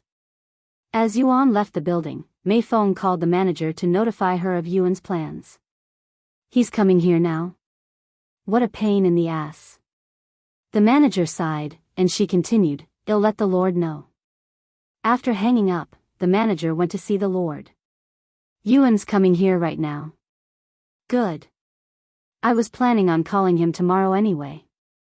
Are you going to tell him about the situation? She asked. I do. Then I'll go pick him up now. Sometime later, as Yuan approached the top of the mountain, he noticed a tall beauty standing still in the distance with a nonchalant look on her face. It's been a while, Liya. How have you been? Yuan greeted her with a smile. Don't act so friendly with me. Did you damage your soul or something during the last few months? She sneered. And I see that you haven't changed at all. Yuan chuckled, finding no offense to her attitude. Anyway, I am here to thank the Lord for his assistance. Because of him, the Demon's Sealing faction is stronger than ever. After a slight pause, he continued, of course, I am here to thank you as well, Liya. So, thank you. Seeing the bright smile on Yuan's handsome face, she subconsciously blushed. I don't need your gratitude since I am not doing this out of my goodwill. Yuan raised an eyebrow and asked, something did happen, right? I'm not sure why, but my chest has been feeling a little tight since I returned, but I cannot tell what's bothering me. Liya sucked her teeth after hearing his words and mumbled under her breath, inhuman as always. Huh? Yuan looked at her with a puzzled expression. She ignored him and said, let's move already. The Lord is waiting for you. Okay. Once they arrived at the peak of the mountain, Yuan approached the cave located at the center. Halfway there, Yuan noticed a red figure coming out of the cave. Naturally, it was the Lord, but he looked a little different, weaker than before. Even his body appeared skinnier compared to half a year ago. Yuan frowned slightly after seeing the Lord's condition and immediately asked, what happened to you? Are you sick? Are you okay? It's great to see you again, Yuan. No, I am not sick, but I am also not okay. The Lord said in a weak voice. Tell me what happened. Before I do that, how was the Nameless Emperor's tomb? Such a place hadn't existed yet when I was still in the divine heavens. Seeing how the Lord had enough time to ask him that, Yuan figured that the situation probably wasn't as bad as he thought. Well, it's a dangerous place that has taken countless lives. Despite that, people still flock to it to acquire treasures or enlightenment. I see, sounds like a fun place. The Lord mumbled, leaving Yuan speechless. After a moment of silence, the Lord's expression turned solemn, and he spoke in a dispirited voice, I'm sorry. Huh? Why are you suddenly apologizing? Yuan tilted his head in a questioning manner. I have failed you, failed Earth. What do you mean by that? Yuan could feel the ominous feeling in his guts rising. Do you remember about our talk last time? How there's a formation holding this world together? The Lord asked. I do. And that you're the one keeping the formation together. The Lord nodded solemnly and continued, regrettably, the protective formation is deteriorating, and I am powerless to stop it. I cannot fathom the cause of this decay, but if it persists, the formation will ultimately crumble, as will Earth and all its inhabitants. What? Yuan exclaimed in extreme shock. Wait a second. You're saying that the world is ending and you have no idea why? He asked for confirmation. There are several potential causes, but I cannot definitively identify the primary one. First and foremost, I have long been aware that I could only sustain the formation for a finite period. I have maintained it for millions of years, and my cultivation has steadily waned over time with no opportunity for replenishment. Consequently, it was merely a matter of time until my cultivation became depleted. However, with my remaining cultivation, I should have been able to keep the formation active for another 100,000 years. I don't know why, but the formation suddenly started demanding more spiritual energy to maintain, which is rapidly consuming my energy. Yuan swallowed nervously, and he proceeded to ask a question that he did not think he would ever utter. How long do we have until Earth is destroyed? At this rate, the formation will shatter in 100 years and we will all cease to exist. The Lord revealed in a grim voice. 100 years. We only have 100 years? For the first time in a very long time, Yuan could feel weakness in his body, especially his legs, as they were on the verge of giving up. Follow current novels on Top Novelfool. Com. C1261 Earth's Impending Destruction. Chapter 1261 Earth's Impending Destruction. 1261 Earth's Impending Destruction, 100 years. Yuan stood there in a daze, trying to comprehend the magnitude of the situation. However, the Lord had more disheartening news to convey and continued, the 100-year threshold is but the present constraint. If the formation's demand for spiritual energy were to escalate further, that limit could decrease significantly. 50 years, even 10 years, becomes a distinct possibility. Good heavens! Yuan could no longer muster any strength to stand and took a seat on the ground. Is there no way to fix this? He inquired after a brief pause. There are several approaches we can explore, the Lord replied, and he continued, the first option is to open the gate between Earth and the 9 heavens and relocate all inhabitants of this world to the 9 heavens. While this approach would ensure our survival, it would not address the plight of Earth, not to mention the colossal logistical challenges involved in transporting billions of people to a new realm.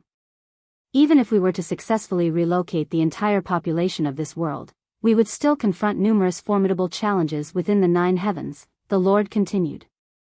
Questions about habitation, adaptation to the new environment, and the reception by the 9 heavens residents would all need to be addressed. You're absolutely right. Relocating everyone seems like a desperate, last resort measure at this point, Yuan sighed, acknowledging the complexity and uncertainties involved. The second approach, although even more challenging than the first, involves bringing Earth closer to the 9 heavens, where the abundant spiritual energy could assist the formation. The very necessity of the formation arises from the lack of spiritual energy in this world, the Lord explained. In fact, we probably won't even need the formation anymore at that point. This world was created through spiritual energy, so it would naturally die without it. If we move Earth back to where it once belonged, it would save the people and the world. However, the harsh reality is that achieving the relocation of Earth to its original position is an insurmountable feat for anyone in this world, the Lord concluded, emphasizing the sheer impossibility of the task. What if we asked someone from the 9 heavens to help us? Yuan asked. To undertake the colossal task of relocating this entire world without causing harm to its inhabitants or the world itself, we would need the aid of a cultivation god. I don't know the current number of cultivation gods in existence, but in the past, we could have counted them on one hand and still have fingers to spare. Even if we were to locate a cultivation god, the likelihood of them assisting us is slim to none, given that it would demand an immense amount of power to relocate this world, so much so that it could potentially weaken even a cultivation god for tens of thousands of years. One more problem with this plan. The distance between Earth and the 9 heavens is so vast that it might take over 100 years to travel here even for a cultivation god. The Lord sighed. Yuan was utterly speechless, but he was still trying his best to think of a way to save Earth. Now let's talk about the third method. The Lord suddenly said. There's more? Yuan looked at him with a hopeful gaze. The Lord nodded and said, "The third method is the simplest but also very tricky. I am currently unable to replenish my spiritual energy faster than it is being consumed, so if we can find a way to recover my cultivation base, we can prolong the formation until we find another solution." "What do you need?" Yuan then asked. "I can replenish my spiritual energy through the use of treasures or by directly absorbing it from another individual, but there is no treasure in this world that is strong enough to recover my spiritual energy," the Lord explained. "Absorbing it from someone, do you mean like consuming them?" Yuan swallowed nervously. "What?" "No, not at all," the Lord clarified. "I meant that someone could willingly transfer their spiritual energy to me. However, there is nobody in this world that has enough spiritual energy to help me, not even you, Yuan, unless you are at the God Ascension realm." God Ascension realm. Yuan closed his eyes to ponder. "Don't even think about it," Liya suddenly said, and continued, "Even with your talents, you won't reach that level in 1,000,000 years, much less 100 years. "I wasn't thinking of anything like that," Yuan said as he opened his eyes. He looked at the Lord and asked him, "I have a question. Can a soul without a body have a cultivation base?" "Huh? What kind of stupid question is that?" Liya responded. Meanwhile, the Lord pondered for a moment before speaking. If that soul was a cultivator before they had lost their body, it is possible. However, their cultivation will continuously degrade as time passes. "Why do you ask?" "I might be able to locate a soul with the cultivation of God Ascension and potentially bring them here," Yuan disclosed. "What? Is that even possible? How do you intend to accomplish such a feat?" the Lord exclaimed with excitement as he eagerly sought more details.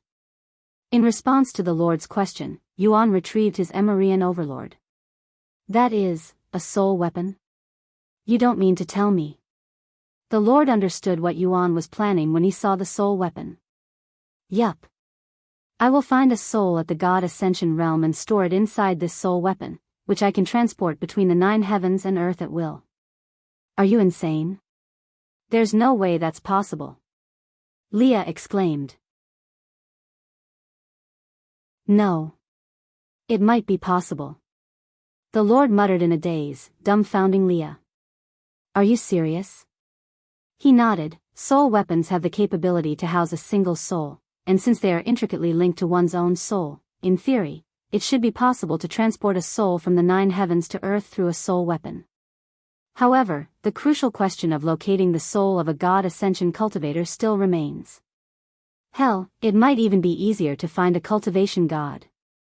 "I think I know where I can find one," Yuan said. "In fact, I already have someone in mind." Follow current novels on Top Novelfool. Com.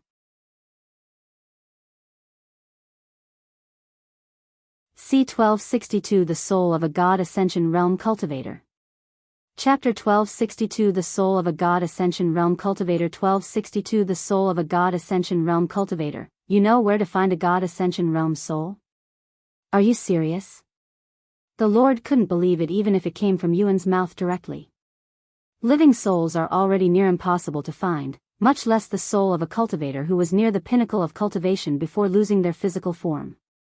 In case you didn't know, only cultivators that have surpassed the immortal Ascension realm are able to remain in a soul-like state even after their physical body dies. Not only that, but they cannot remain in that state forever, as their soul will eventually vanish, so it must have been someone who died within the last several thousand years. Where in heaven's name are you going to find a soul like that? The Lord couldn't help but inquire. While a soul may vanish within a few thousand years in the 9 heavens, there is a unique place where souls wander for an eternity, Yuan said with a slight smile on his face. Why, you don't mean? The Lord swallowed nervously. The Shadow Realm, Yuan confirmed the Lord's suspicion. Impossible. While it may be true that souls within that place exist for an eternity, these souls have all lost their minds and are no different than evil spirits. They will try to kill you before you can even start a conversation. There's no way you would find a logical soul at the God Ascension realm there.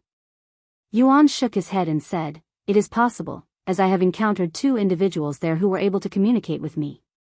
However, I am uncertain about their cultivation levels. The Lord pondered with a frown on his face. Most of the souls within the Shadow Realm are those who fought in the heavenly war of immortals and gods, or more specifically, those who fought against the Celestial Emperor and lost. Yuan tilted his head and asked, now that you mention it, didn't the evil god slay the Celestial Emperor and win the war? There are actually two parts to the heavenly war of immortals and gods. When the war first started, the evil god was not part of it, and the Celestial Emperor had successfully vanquished his opposers, sending them to the Shadow Realm for an eternity of suffering. After some time of peace, the heavenly war of immortals and gods started again with the evil god at the forefront this time. Is that so? Yuan mumbled. As for the Shadow Realm, the Lord elaborated, it was created by the first Celestial Emperor, who employed it as a means to instill fear in others, compelling their servitude, and as a deterrent for those contemplating opposition against him. What about the Primordial Realm? Don't they serve the same purpose? Yuan then asked.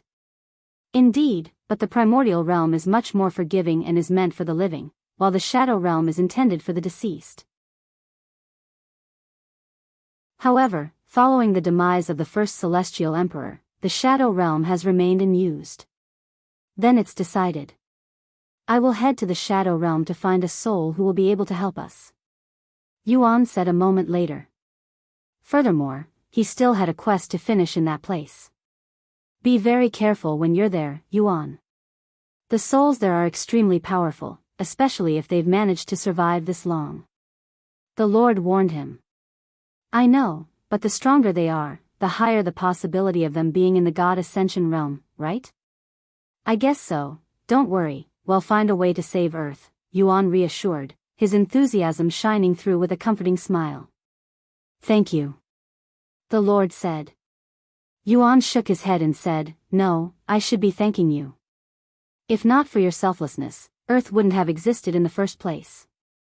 I'm simply striving to protect my homeland, the Lord responded.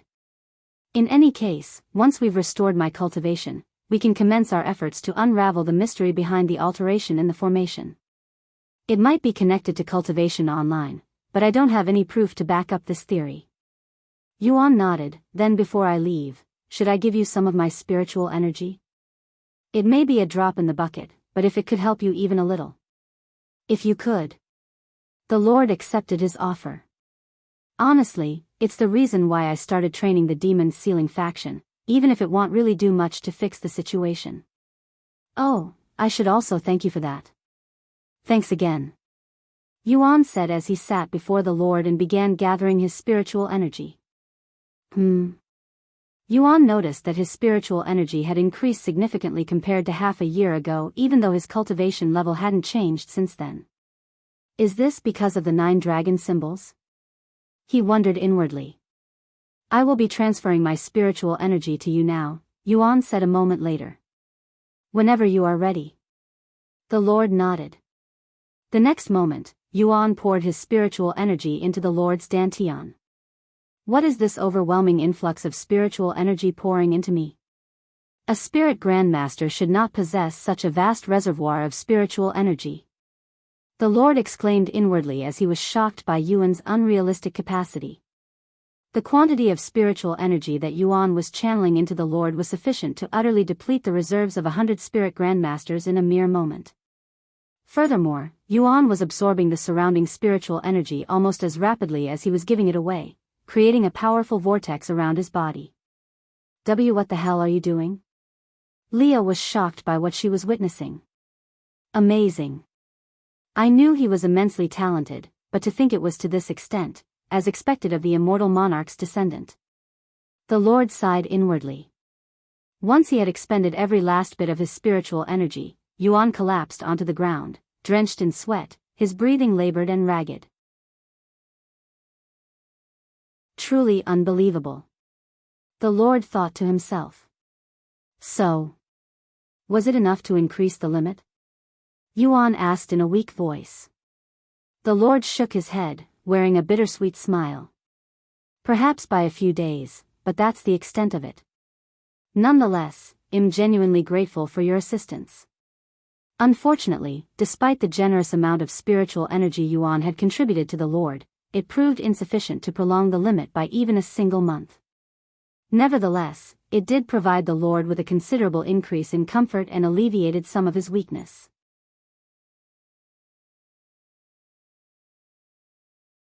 C1263 Liya's True Identity. Chapter 1263 Liya's True Identity. 1263 Liya's True Identity. After resting for a few minutes, Yuan recovered enough energy to move. Then I will leave for now. The next time I see you, I should have some new information regarding the situation, Yuan said to the Lord. The Lord nodded. I will keep inspecting the formation and notify you if there are any changes. Liya, take him back to his house, the Lord said to her as Yuan made his way down the mountain. As they walked down the mountain, Yuan suddenly asked Liya, Hey, why do you hate humans? Why do you want to know? It's none of your business. Liya sneered. After a moment of silence, Yuan mumbled, Is it because humans hunted your kind in the past? What did you say? Liya halted her movements and stared at him with wide eyes. My kind. You speak as if you know about me when you don't know anything. You're a dragon, aren't you? It's faint, but I can sense it from your aura. I didn't notice it before, but after spending some more time in the ancient dragon city and encountering more dragons, I can sense it more clearly now.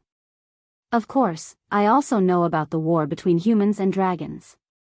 If that's the case, while I understand your hate toward humans, that happened countless years ago before divine heavens became 9 heavens.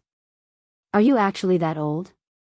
Liya's face flushed with redness after hearing his words, mostly when he called her old. How dare you? I am not even 1,000 years old, Liya exclaimed. Yuan looked at her with wide eyes. Seriously? You're that young? And you don't deny being a dragon? Liya clenched her teeth and murmured, You are right. I am a dragon. Then I don't understand your hatred for humans. That war ended way before you were even born. Where did your hatred come from? You don't understand anything, Liya shouted at him. Then help me understand, Yuan shouted back. Why? Why do you even care? Why wouldn't I want to help a friend who always appears to be in a sour mood? He sighed. Friend? Since when did we become friends? Liya was utterly speechless.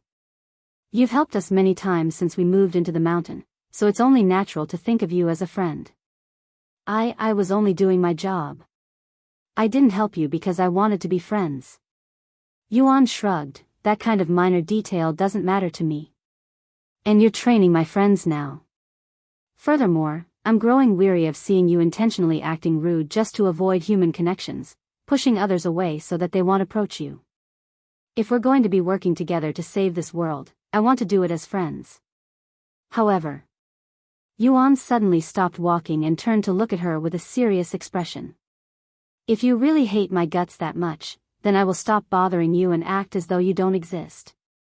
Liya's body quivered when she met his intense gaze, not to mention his cold words that made her feel weirdly uncomfortable. Act as though I don't exist, Liya repeated softly to herself.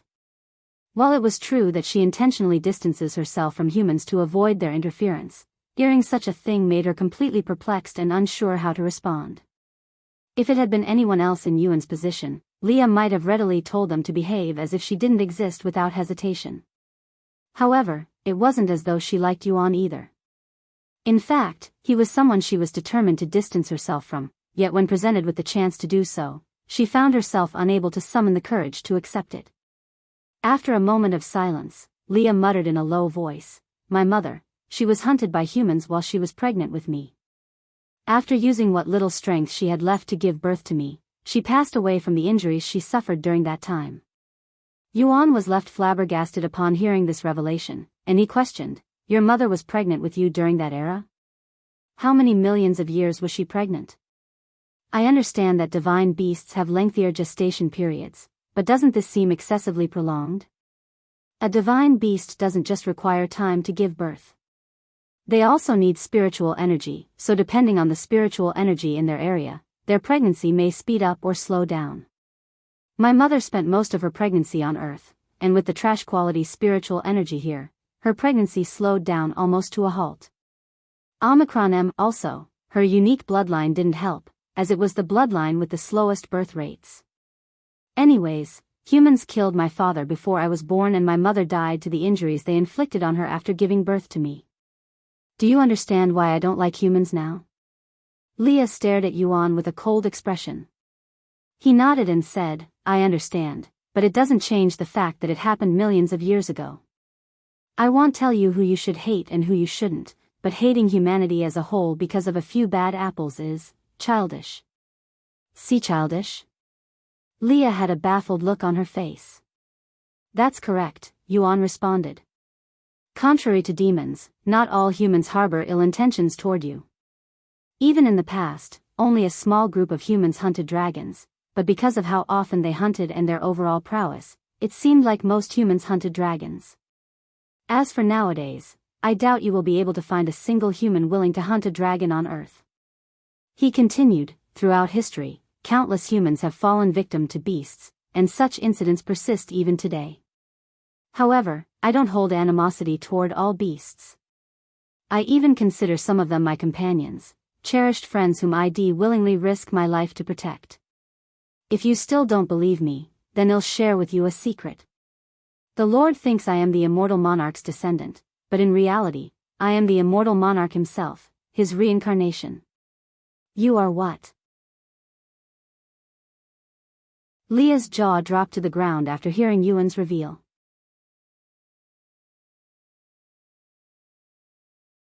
C1264 Liya's Doubt. Chapter 1264 Liya's Doubt. 1264 Liya's Doubt. You are the immortal monarch.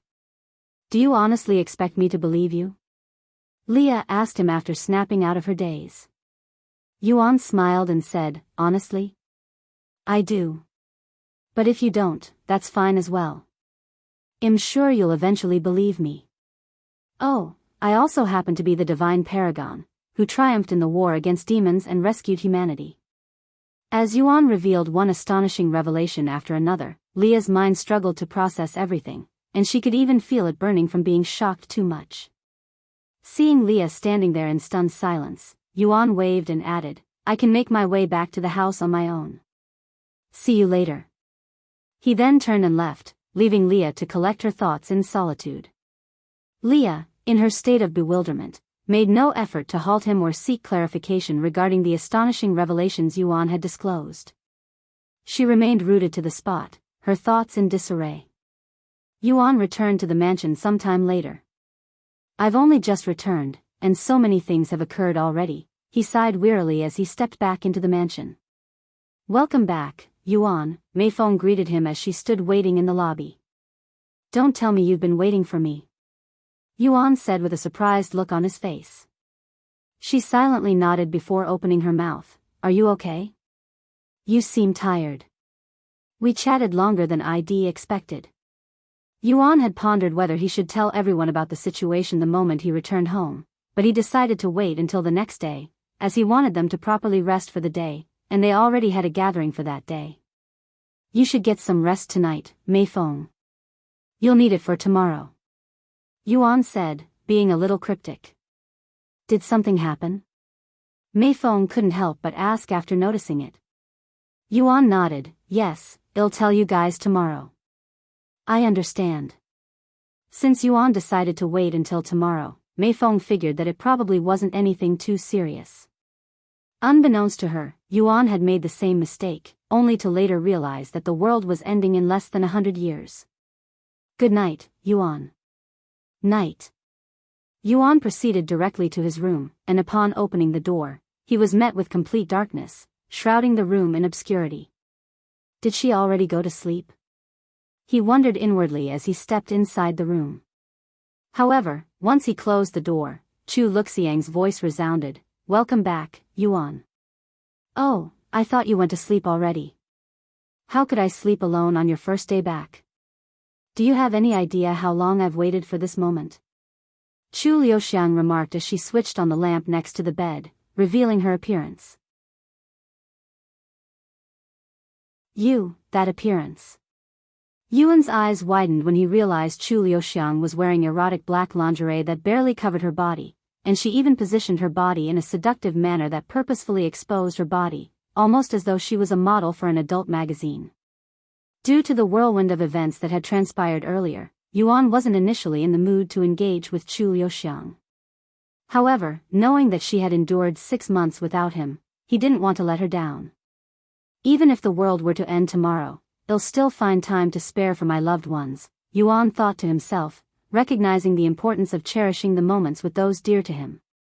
And without any hesitation, he created a concealment formation in the room for their privacy and entered bed with Chu Liuxiang, spending the rest of the night enveloped by pleasure and the warmth of Chu Luxiang's body.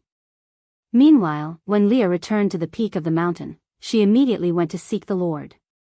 Did something happen? The Lord noticed her pale complexion and asked her.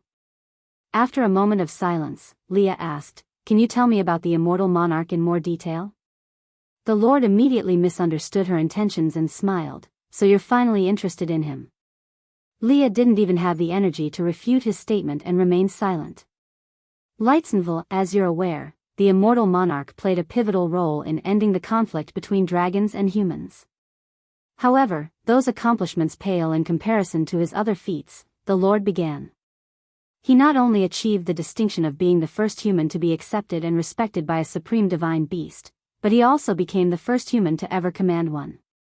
Furthermore, he didn't merely have a single supreme divine beast under his command, he had a total of 9, as well as influence over many other powerful divine beasts. The title Supreme Divine Beast is reserved for only the most powerful divine beasts at the pinnacle of their respective bloodlines. They are beings that can literally rule over an entire race.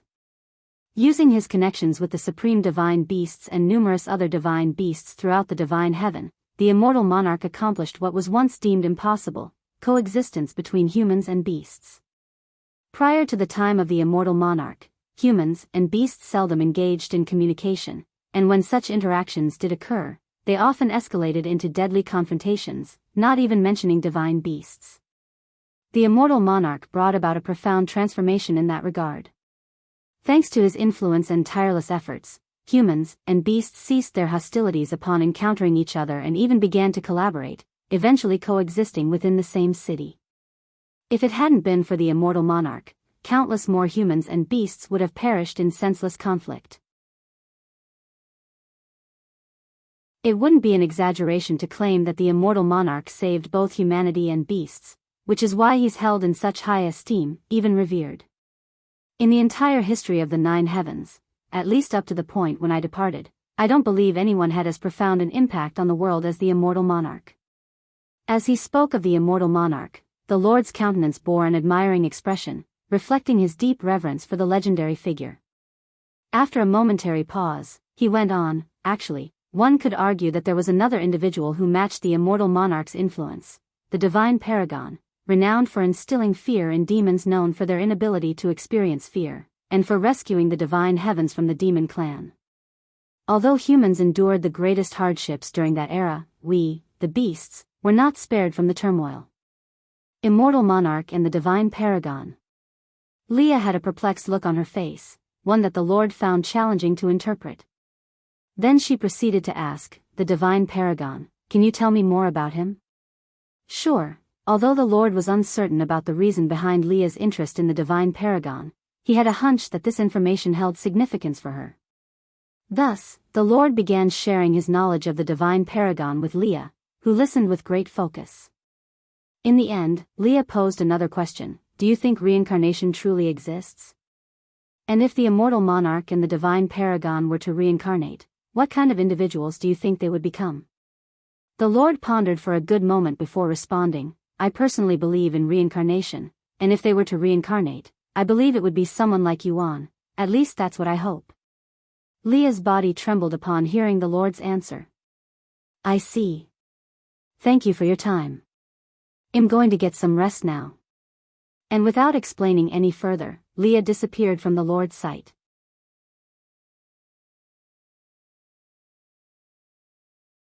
C1265 Homeland. Chapter 1265 Homeland. 1265 Homeland. After Liya left the scene, the Lord looked at the darkened sky with a solemn expression on his face. "The immortal monarch, huh?" The Lord mumbled to himself, lost in thought. "No matter what happens to me, I must protect Earth at all costs." This is his homeland, after all. The following day, Yuan rose from his bed early in the morning. Is it morning already? Chu Liuxiang mumbled in a tired voice as she slowly sat up on the bed rubbing her eyes. Yes, Yuan confirmed as he slightly lifted the curtains, allowing the early sun to shine into their room. Take your time, you'll be training with the others first. Of course, you don't need to participate if you don't have the energy, I won't blame you. Hearing his words, Chu Liuxiang collapsed back on the bed and said, then I'll sleep for a few more hours. If you're still training by then, I'll join you. Okay.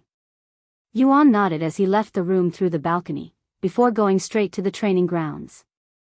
I thought I would be able to last the whole night after reaching Spirit Grandmaster and improving my stamina, but alas, I still have a lot of training to do. Chu Liuxiang released an internal sigh, closed her eyes, and swiftly drifted back into a peaceful slumber with a warm smile on her face. Shortly after Yuan arrived at the training ground, Li Jinxi showed up with an eager expression on her face. Good morning. You're early. Yuan greeted her with a bright smile. You too. Li Jinxi replied. Seeing Li Jinxi alone, Yuan couldn't help but recall his encounter with Jin Shi inside the Nameless Emperor's tomb, as well as Tian Xin's feelings for her. Yuan. What's the matter? Li Jinxi was a little startled when Yuan suddenly began tearing up. Oh, sorry. Yuan quickly noticed it and immediately wiped his eyes. Are you okay? Li Jinxi asked him in a concerned voice. Yes, I am okay. I just remembered something, that's all. You can tell me, you know. I'll tell you if you can defeat me, Yuan said with a mysterious smile. Are you sure you want to fight me while in that state? I won't hear any of your excuses if you lose. Li Jinxi said. I won't make any excuses if I lose, I promise. Yuan chuckled. Li Jinxi didn't want to waste any more time chatting and retrieved her weapon. Yuan responded by summoning the Empyrean Overlord. Come, show me how much you've grown. Yuan beckoned her with a provoking smile. Li Jinxi immediately kicked her feet, launching herself at him like a rocket. Clang! Yuan blocked her incoming strike, but Li Jinxi's strength was so immense that it pushed him back several steps. Oh. Not bad. The smile on Yuan's face widened. Li Jinxi didn't halt after the initial strike, she swiftly followed up with a second, then a third, and a fourth. Within minutes, the two of them had a flurry of exchanges, trading hundreds of blows without landing a single direct hit. Naturally, they weren't fighting with the intention to kill and were simply enjoying the spar. Wang Ming and Wang Bingbing showed up together in the midst of their spar and were greatly shocked by the intensity of their fight. The training ground was only repaired last week, and it's already being destroyed again, Wang Ming lamented aloud after seeing the condition of the training ground. Forget about that, the repairs are free, Wang Bingbing remarked, her attention on Li Jinxi's beaming smile. I swear she only ever smiles when Yuan's around, she added, as she couldn't remember seeing Li Jinxi smile once in the past 6 months. You just noticed? Wang Ming chuckled. She's almost like a different person when she's around him. Obviously, it's because she likes him. I'm not surprised either. It's just like her to fall for someone as strong as Yuan Lightsenville, I guess. Wang Bingbing mumbled. Is that jealousy I sense? Now you have 4 opponents. I would be nervous too if I were in your shoes. Wang Ming looked at her in a cheeky manner. Wang Bingbing immediately gave him a sidekick and exclaimed, shut your mouth. And why are there 4 opponents? Did you forget about Wang Xiuying? She idolizes him, and she doesn't hide it either. Wang Ming said. I know that, but I don't know. I cannot sense that sort of emotion from her, unlike Mei Xiu and the others. Wang Bingbing said. Really? You can tell? Why do I doubt that? Call it a woman's intuition. Wang Bingbing shrugged, and she continued, anyways, it doesn't seem like they will finish any time soon, so let's warm up, you and me. All right. The others started showing up shortly after Wang Ming and Wang Bingbing began sparring with each other. How long have they been at it for now? Shi Murong asked Wang Ming after arriving. 2 hours. I don't think we'll get a turn today at this rate. Sure enough, Yuan and Li Jinsi would not stop until the sun started setting. You've improved a lot, Yuan said to Li Jinsi as he wiped his face that was dripping with sweat. Clearly not enough since I still cannot beat you. Li Jinsi responded in an exhausted voice, her entire body drained of energy. But if you keep improving at that rate, it'll only be a matter of time before you beat me. Sure, if you don't train the entire time. Li Jinsi sighed. Sorry, I'm late. Is it my turn yet? Chu Liuxiang suddenly shouted from the balcony of her room. Yuan looked at the setting sun and said, It's fine, we're done for the day, anyway. He then looked at the others and continued, Guys, I have something I need to tell you all after dinner. Make sure you show up, it's serious. Is it about the 10 great families? Shi Lang asked. No, this is something bigger and more important. Bigger than the 10 great families? Man, I can't wait. Shi Lang said in a sarcastic manner.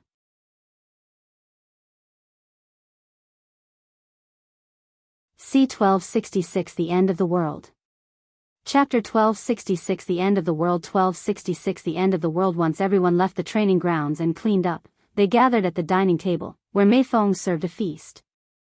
Since it's been a while since we ate together, I decided to celebrate a little, Mei Feng said. Yuan smiled, thank you. Sometime later, after dinner ended and the table was cleaned with everyone present, Yuan took a deep breath before speaking. What I am about to tell you will sound crazy, but it's happening, and I don't want you to freak out. You are already freaking me out, Yuan. Wang Ming swallowed nervously. The others nodded in agreement. Yuan then asked them, Do you remember when I told you guys about the truth behind Earth, how it used to belong in the 9 heavens before it got separated? They nodded. Unfortunately, Earth drifted a little too far away from the 9 heavens and became starved of spiritual energy. Normally, when something like that happens, the world will eventually stop being able to support itself and get destroyed. But fortunately, the Lord has been protecting this world through a formation for millions of years now, preventing it from destruction. However, his power isn't unlimited, and he won't be able to support that formation one day. For some reason, the formation that is holding this world together has been demanding more spiritual energy as of lately, and at this rate, the Lord won't be able to support it anymore, and when that happens, the end of the world. Shi Lang muttered in a dazed voice. Yuan nodded, yes, Earth will cease to exist, alongside its inhibitors. What? Everyone there exclaimed in a shocked voice after hearing this news. WW8. This is something that will happen far into the future, right? Please tell me that it will happen only long after we are dead. Wu Zhao cried out loud. Yuan shook his head with a solemn expression and sighed. The Lord estimated that he will only be able to support the formation for another 100 years if the formation continues to absorb his spiritual energy at its current rate. 100 years? Of course, that is only if the formation's current condition remains. Unfortunately, the Lord also predicted that it might get worse in the future, so we probably have less time than that. We have less than 100 years before the world ends. How am I even supposed to respond to this? Wang Bingbing muttered with a dreadful look on her face, her complexion as white as a ghost. Unsurprisingly, the others had similar looks on their faces. After all, they were all looking forward to their future, which seemed incredibly bright until just moments ago. Why didn't the Lord tell us something this important? He had plenty of chances to. Hong Xiuquan muttered in a puzzled manner. He probably didn't want you guys to worry about it needlessly, Yuan sighed. He was right. There's nothing we can do about it even if we knew, so we'd only be needlessly worrying about it. We're useless. Wang Ming gritted his teeth in frustration. I wouldn't say that. Yuan quickly said, and he continued, the Lord trained you guys for a reason. Although it won't give us more time, you guys can make it easier for the Lord to maintain the formation by transferring your spiritual energy to him. Also, we already have a plan in motion, so just leave everything to me. I will do everything in my power to save Earth. You do? What do you plan on doing? Is there anything we can do to help? Meishio asked. Yuan shook his head, I'm afraid not. We have several ways to save Earth, but most of them are either too time-consuming or logistically impractical, so we decided to restore the Lord's diminished power, which will buy us more time to find another method to save Earth. That will require a tremendous amount of spiritual energy, correct? Feng asked. Yuan nodded, yes, so I need to find a soul belonging to a god Ascension realm cultivator in the 9 heavens and bring them to Earth to help us. What? That seems impossible no matter how you think about it. Shimurong said. It's possible. Yuan retrieved his Empyrean overlord and explained, soul weapons can store a single soul in them, and since I can summon my Empyrean overlord on Earth, there's a good chance that I can bring back a soul with me. Chu Liuxiang then asked, how strong is a cultivator in the god Ascension realm? They're practically at the peak of cultivation, the strongest cultivators out there. Seeing Chu Luxiang's face afterward, Yuan continued, I know what you're thinking. I already have an idea where to go to find someone that powerful, Lightsvel anyways, until I find this soul, there's nothing we can do but pray that everything works out. This isn't going to be easy, but try your best to not worry too much about it. Yuan knew that he would only make them worry needlessly by telling them this information, especially when they could not do anything about it, but he did not want to keep them in the dark about something this serious. What should we do now? Feng suddenly asked him. I know there's nothing we can do to help you, but surely, there is something we can do to lessen your burden, right? Yuan smiled and said, just keep doing what you normally do. I will be more at ease that way, too. If you say so. After the meeting ended, everyone returned to their rooms to ponder about the situation. Hey, what do you think of the situation? Wang Binjing stopped Wang Ming before he entered his room and asked. What is there to think about? Once again, we're too weak to do anything, so Yuan is forced to do everything by himself. Although there's nothing we can do this time, it won't be like that next time. Wang Bingbing smiled after hearing his words and nodded, I agree. But if we're going to be of any use to him, we'll really need to step it up. So, I'm thinking of ascending to the 3rd heaven soon. That might be a good idea. Wang Ming said with a look of relaxation. Okay. I've decided. I'm going to ascend as soon as I'm done with my current training at the sect. I bet I'll ascend faster than you. Wang Bingbing then said. We'll see about that. And without saying anything else, Wang Ming entered his room. When Wang Bingbing returned to her room, she immediately went into Cultivation Online and began planning to ascend. Meanwhile, inside their room, Chu Liuxiang said to Yuan, I'm sorry. Why are you apologizing so suddenly? He raised an eyebrow. Because last night, even though you probably weren't in the mood, that's nonsense, and there was no way you could have known. While I admit that I wasn't in the mood at first, I didn't regret it, as I felt much better afterward, so thank you. Does this mean you'll immediately return to Cultivation Online? Chu Liuxiang then asked. As much as she wanted to spend some more time with him, she couldn't blame him for leaving again.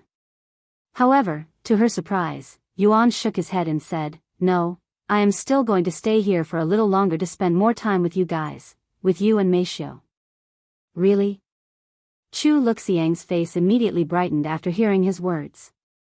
He nodded with a calm smile. Chu Liuxiang suddenly tossed herself at him and said, If that's the case, you should see Meishio tonight. After all, you'll be mine tomorrow, the whole day. Yuan chuckled, sure.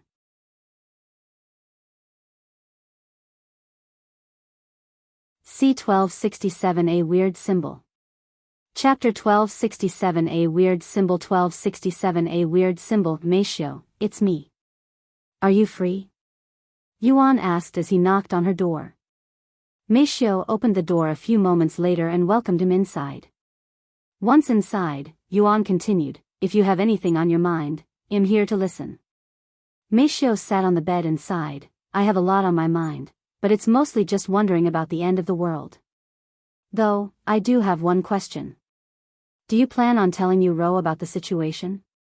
Yuan then said, I thought about telling her, but I decided against it, as I don't want her to worry needlessly. Do you think I should tell her? Meishio quickly shook her head. No, I agree with your decision. Knowing Ro, she'll definitely freak out for a while. Yuan chuckled, I will tell her after Earth is no longer in danger. The room fell silent for a moment before Meishio asked, so when will you return to? I won't immediately return, but it'll probably shorten it a little. Meishio displayed a surprised expression upon learning of his choice to remain despite their challenging circumstances. You're that confident? She asked. Well, not really, but there's no need to rush either. Starting a week or two later won't make that much of a difference when we have 100 years, even if there are only 10 years. In the meantime, I am going to be spending my time with you guys. Tonight probably isn't a good time, so let me know whenever you want to. Before Yuan could even finish his sentence, Meishio grabbed his hand and pulled him onto the bed with her. Even if the world were to end tomorrow, I would still want to spend the night with you, Meishio muttered in a low voice before pressing her soft lips onto Yuan's. Moments later, their clothes were scattered across the floor, where they would remain for the remainder of the night. Meanwhile, in the third heaven. So, how did you cross paths with Yuan? She merely inquired as they strolled through the city. How? Feng Yuxiang stammered, her mind instantly recollecting their initial meeting and causing her to break into a sweat. Opting to omit the unpleasant details of their initial meeting, Feng Yuxiang provided a truncated explanation, saying, I used to own a shop in the lower heavens. The young master was a customer there. The sword he wields, the Empyrean Overlord, he purchased it from me. How did you wind up traveling together? She merely expressed surprise upon learning of Feng Yuxiang's background as a shop owner, struggling to fathom how she came to serve Yuan. And what brings someone of your status to the lower heavens? Isn't that realm intended for mortals? She merely inquired further. Feng Yuxiang let out a sigh as she explained, I stirred up some problems in the upper heavens and was chased down there. My bloodline was even cursed, condemning me to live as a human. What? Your bloodline was cursed? That's the worst fate for a divine beast. Who would dare commit such a heartless act? She merely reacted with shock. Feng Yuxiang shrugged, it happened a long time ago. I don't even remember his face, only that he had a weird symbol on his hand. A weird symbol? She merely inquired further. Yes. Anyways, even though my bloodline is cursed, as long as I am with the young master, the curse will be removed soon. Huh? How? His blood. Every time I consume it, the curse weakens a little. It'll only be a matter of time before I regain my full strength. Feng Yuxiang smiled. Yuan's blood. She merely suddenly recalled her parents tasting Yuan's blood and couldn't help but wonder if there was something special about it. What does his blood taste like? She inquired, her eyes filled with fascination. It's hard to describe the taste, but it will taste better than anything you've ever tasted in your life. Huh? That doesn't make any sense. You won't understand it until you taste it. It's also super addicting. Once you taste it, you'll not be able to enjoy other things as much. Lightsville, that doesn't sound very good. She merely raised her eyebrows. It doesn't, until you taste his blood. Is that so? Hold on. I want to eat that.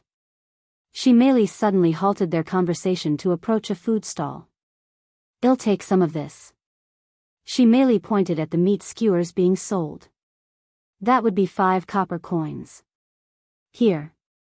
She merely handed a spirit stone to the man behind the stall, who nearly fell back from shock. I don't have enough change. The man said in a nervous voice. I don't need it. She merely placed the spirit stone on the counter and grabbed the meat skewer before walking back to Feng Yuxiang, who was shaking her head, what a waste of money. The skewers here taste so different even though they're cooked from the same meat, and this is the 11th stall today. How wonderful. A few moments later, they came to another halt, but not because she merely noticed another skewer stall. "What do you want?" Feng Yuxiang asked the tall young man who suddenly stopped in front of them, blocking their path. "Just a little of your lady's time. How would you like to eat lunch together at the best restaurant in the city?" "It'll be my treat, of course," the young man said as he looked at Shimeli and her half-eaten skewer. "Are we being hit on right now?" Shimeli looked at Feng Yuxiang with raised eyebrows, as she had never encountered such a situation before, having only heard about it. Feng Yuxiang nodded, "Yes, we are." She then responded to the man, "I am not interested in humans, so you may scram." Nevertheless, the young man remained still and grinned, saying, "I had a feeling you weren't human, hence why I approached you." "Don't worry, I'm not human either."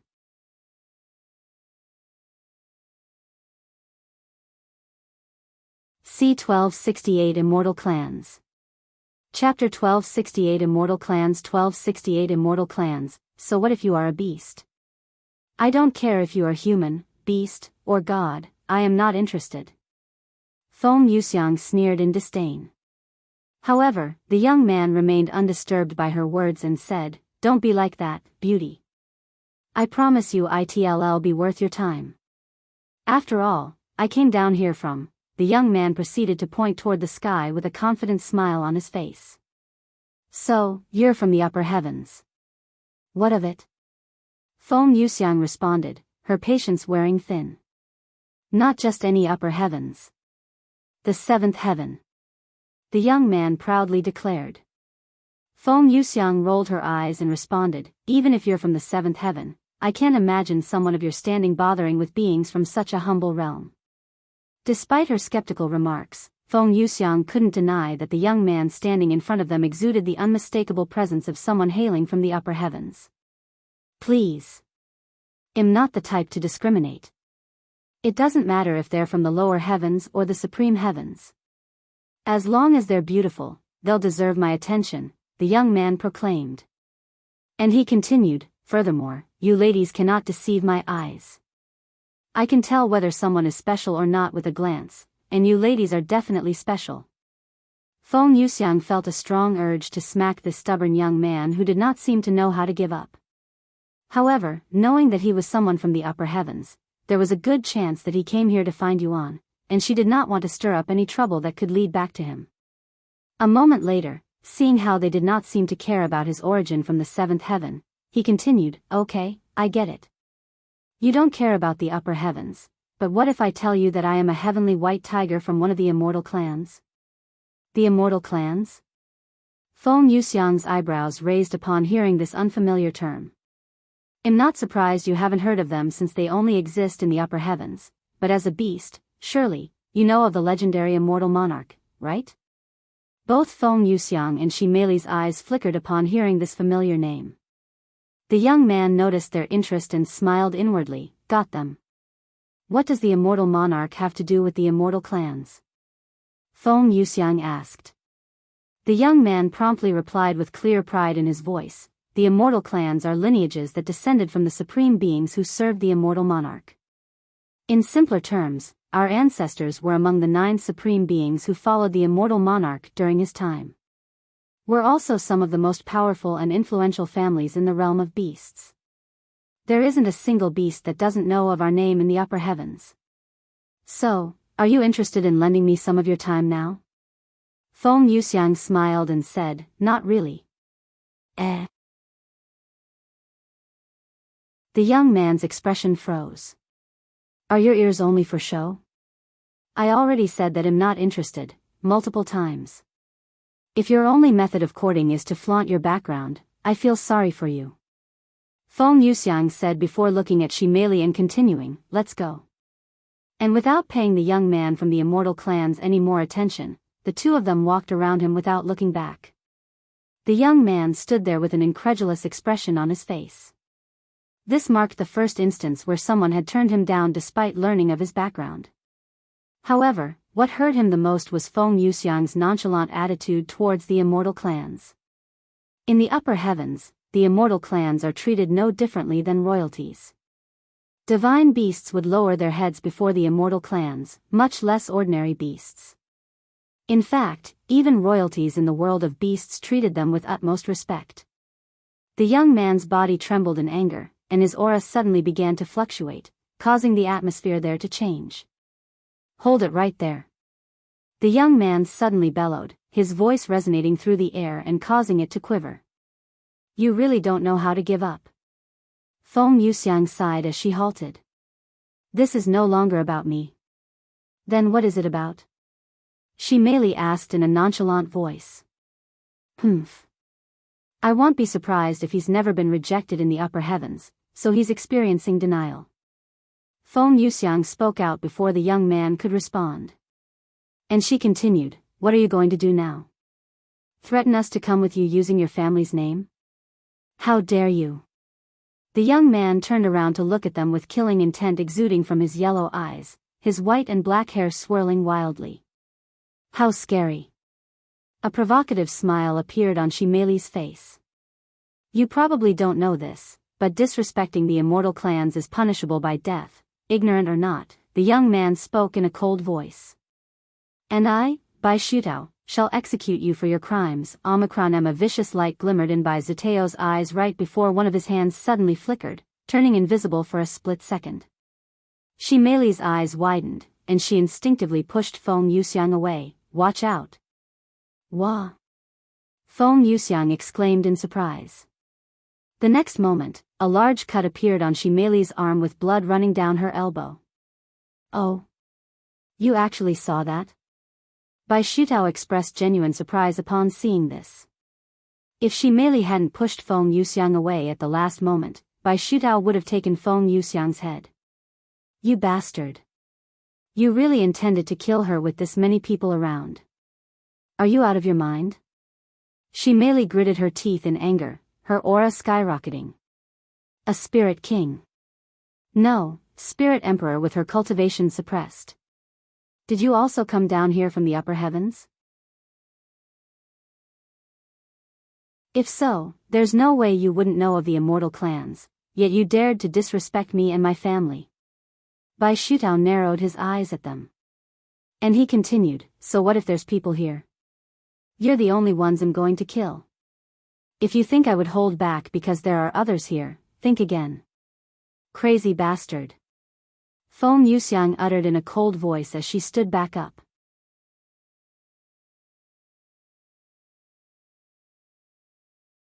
C1269 Heavenly White Tiger. Chapter 1269 Heavenly White Tiger. 1269 Heavenly White Tiger, are you okay? Feng Yuxiang asked Shimeli after standing back up. "Yes, it's just a scratch," she nodded. "Sorry. If I was paying a little more attention, you wouldn't have gotten hurt." "It's okay." Feng Yuxiang turned to Bai Xutao with a stern expression and remarked, "If the immortal monarch witnessed your behavior just now, have you executed on the spot? Keep his name out of your mouth. He isn't someone a mere ordinary phoenix should mention so casually," Bai Xutao growled in response. "Yet you were so desperate to spend some time with this ordinary phoenix just moments ago, even using his name to do so." Feng Yuxiang clapped back. "You're a disgrace to the immortal monarch's legacy, if the immortal clans are even real. How dare you?" Bai Xutao's face bulged with veins of anger upon hearing Feng Yuxiang's words that could erase a whole legacy if uttered in the presence of the immortal clans in the upper heavens. "I was going to give you a quick and painless death, but you really couldn't help yourself. Not only did you mock my family, but the entire immortal monarch's legacy, huh? Even 1,000 deaths wouldn't be enough for you." When the people around them realized the gravity of the situation, they immediately scattered away like ants in the rain, unwilling to get caught up in their trouble. "He's not an opponent we can take down alone," Shimeli said to Feng Yuxiang through divine sense. "I know. Let's take him down together." Bai Xutao suddenly laughed out loud. "You won't be able to take me down even if you work together." Feng Yuxiang and Shimeli frowned upon realizing that Bai Xutao had intercepted their communication through divine sense, something that can only be done by someone far superior to them. As expected of someone from the seventh heaven. Even if their cultivation is restricted to Spirit King, they are pretty much untouchable for everyone in this world. Feng Yuxiang could feel herself sweating for the first time in a while. This pressure, he's countless times stronger than the Azure Dragon family's patriarch even in his current state. She merely sighed inwardly, realizing just how small her world was compared to the outside world. He's coming. She merely warned Feng Yuxiang. Heavenly Tigers advance. Half a second later, Xutao disappeared from his spot and appeared a few steps away from Ximeli. Heavenly Tiger's fangs. Xutao plunged his claw-like hands toward Ximeli's body. Ximeli didn't dare to hold back and fought back with her fists, punching Xutao's incoming strike. However, even with her full strength, Ximeli wasn't able to block Xutao's unstoppable claws and was sent flying, destroying the small building behind her. Seeing this, Feng Yuxiang semi-transformed, spreading her fiery wings before shooting herself at Xutao. Vermilion Phoenix dominating the heavens. Phoenix's wrath. Once she arrived before Xutao, Feng Yuxiang released her phoenix flames directly at him, engulfing his figure in an instant. Humph. What weak flames. Are you really a phoenix? Xutao's voice resounded before he emerged from her flames without a single scratch on his body. Heavenly Tiger's destruction wave. Xutao roared at Feng Yuxiang, releasing a powerful sound wave that obliterated everything within several blocks of her direction. Fortunately for Feng Yuxiang, she barely managed to protect her life by erecting a wall of fire before her, but even then, she did not escape unscathed. Fuck. If I had been even a second slower, I would have died just now. Feng Yuxiang cried inwardly as blood oozed from the cuts on her body. She turned to look behind her, only to witness the devastation that had befallen the city. All of the buildings had turned to rubble, and corpses could be seen scattered everywhere. You crazy bastard. I thought you only wanted to kill us? Using such destructive techniques in the middle of a city, you are really out of your mind. Is this how someone related to the immortal monarch should behave? Calling you a disgrace was an understatement. I can't wait to witness heaven's tribulation rain down upon you. Feng Yuxiang shouted at him. However, Xutao remained unfazed by the destruction he had caused, even looking completely relaxed. Heaven's tribulation? It won't show up even if I were to destroy this entire city. That's what it means to be from the immortal clans. That is how much influence we have within the 9 heavens. Xutao sneered, his demeanor completely different from the beginning, almost as though he was a different person. Heavenly White Tiger. I've heard tales about your bloodline, she merely muttered as she emerged from the rubble of the collapsed building. A bloodline brimming with violence. When you lot engage in battle, you lose your sanity and won't cease until your hunger for violence is appeased. Lightsville, however, witnessing it firsthand, you guys are far more crazy in reality, she added. Are you regretting it now? Unfortunately, it's too late. Now that you've made my blood boil, I won't stop until you both are dead. If you don't want this city to perish with you, then stop struggling and offer your lives to me. Xutao commanded. Che. Feng Yuxiang spat out the blood in her mouth and mumbled, I didn't think I would be relying on this so soon. Much less for a crazy bastard like him. She proceeded to retrieve a vial of blood from her spatial ring. Blood? Xutao narrowed his eyes at the vial in Feng Yuxiang's grasp. And how will that save you? What is she planning? She merely mumbled to herself, as she was also puzzled by Feng Yuxiang's actions. However, Feng Yuxiang did not respond to Xutao's inquiry and consumed the entire vial of blood. Arg. Feng Yuxiang released a painful cry before quickly suppressing it. The next moment, her aura skyrocketed all the way to the heavens. Her crimson hair lengthened and ignited in flames, gradually spreading throughout her body until her entire form resembled a fiery sphere. When the flames that had enveloped Feng Yuxiang vanished a moment later, she reappeared with a completely altered appearance. Her clothing had been incinerated, and only her private parts were concealed by flames as if she were clad in an attire crafted entirely of fire. A red symbol that had not been present before had materialized at the center of her forehead, and her eyes seemed to smolder with inner flames. Feng Yuxiang looked at her hands and muttered in a low voice, as expected, the young master's blood is truly mythical.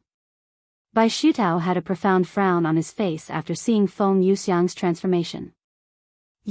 That appearance, though he couldn't recollect it right away, he had a strong feeling that he had seen Feng Yuxiang's appearance somewhere else.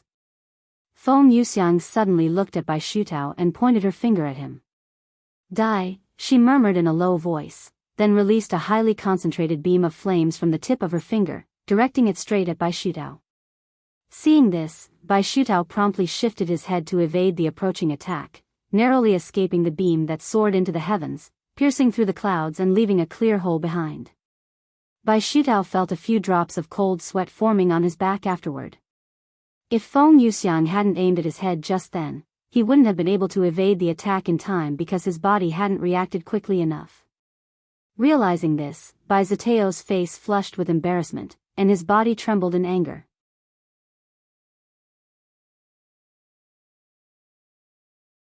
C1270 Unforgivable. Chapter 1270 Unforgivable. 1270 Unforgivable. How many times do you have to humiliate me before you are satisfied, woman? If I don't rip you from limb to limb, my surname is not Bai. Xutao roared, his aura soaring even further. Using his movement technique, Xutao quickly approached Feng Yuxiang, who also used her movement technique to confront him. Just like her appearance, Feng Yuxiang's combat prowess had changed drastically. However, even with her upgrade, she was still behind Xutao and was unable to land a single hit even after 1,000 exchanges. Just how strong is this crazy bastard? Feng Yuxiang couldn't believe that she was still losing to him despite her transformation, and Xutao was still a spirit king while she had entered the spirit emperor realm. Not wanting to disturb Feng Yuxiang's pace, she merely watched them fight from a distance for some time at first, but when she realized that Xutao was slowly pushing Feng Yuxiang back more and more, she decided to join the fight and support Feng Yuxiang, even removing her own restriction, allowing her spirit emperor cultivation to surge forward. How many times do I have to tell you that you want to defeat me even if you work together? Xutao became more defensive when she merely joined the battle, and despite his disadvantage in numbers, he did not seem to be worried even in the slightest. Of course, neither Feng Yuxiang nor she merely was going all out, as they were still in the middle of a city, so they were subconsciously holding back their strength, unlike Xutao, who couldn't care less about his surroundings or the innocent people around them. Eventually, the guards in that city showed up, surrounding them. Halt! Do you even realize where you rascals are currently? Fights between cultivators are strictly prohibited inside a city, especially those at your cultivation level. Are you trying to level this entire city? Thousands of guards surrounded them. That crazy bastard attacked us first. We're only defending ourselves. Feng Yuxiang responded to them. I don't give a fuck who started this fight. You will stop now and come with us for interrogation. Xutao looked at these guards and sneered, unless you plan on participating in the fight, I suggest you all get out of here before I make you participate. Who the hell do you think you are? The leader of these guards roared at him. You're not worthy of knowing my identity, Xutao retorted in a chilly tone. Arrogant little bastard. If you think you can fight all of us, you can go ahead and try. Arrest these fools. The leader commanded. Yes. The guards immediately began approaching them in a massive formation for apprehension, making sure that they couldn't escape. Xutao merely scoffed at their pointless attempt, and just as he prepared to slaughter these guards, another voice boomed. What is going on here? A slender figure descended from the sky moments later. She was a gorgeous young woman with a noble aura around her, appearing to be around Feng Yuxiang's age at first glance. Her hair was a mixture of mostly white with some black, and she had yellow eyes, much like Xutao. Upon the arrival of this newcomer, her mere presence was sufficient to freeze the guards in their tracks, and Xutao began to display signs of unease. During the ensuing moment of silence, the young woman surveyed her surroundings, taking note of the city's devastation. I leave you alone for a few days, and in such a short span of time, you've managed to create such a colossal mess? Are you intentionally trying to piss me off, Xutao? The young woman spoke in a cold voice as she stared at him with a piercing gaze that could penetrate even the heavens.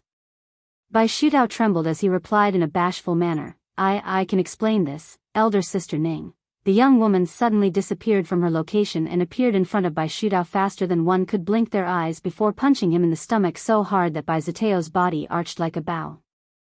Does it look like I care about your reasoning? She asked him, and she continued, in case you forgot, we are not here to play around. If you're not going to cooperate, I will send you back home. I know. But those two dared to disrespect the immortal clans. Xutao pointed at the puzzled Feng Yuxiang and Shi Meili in the distance.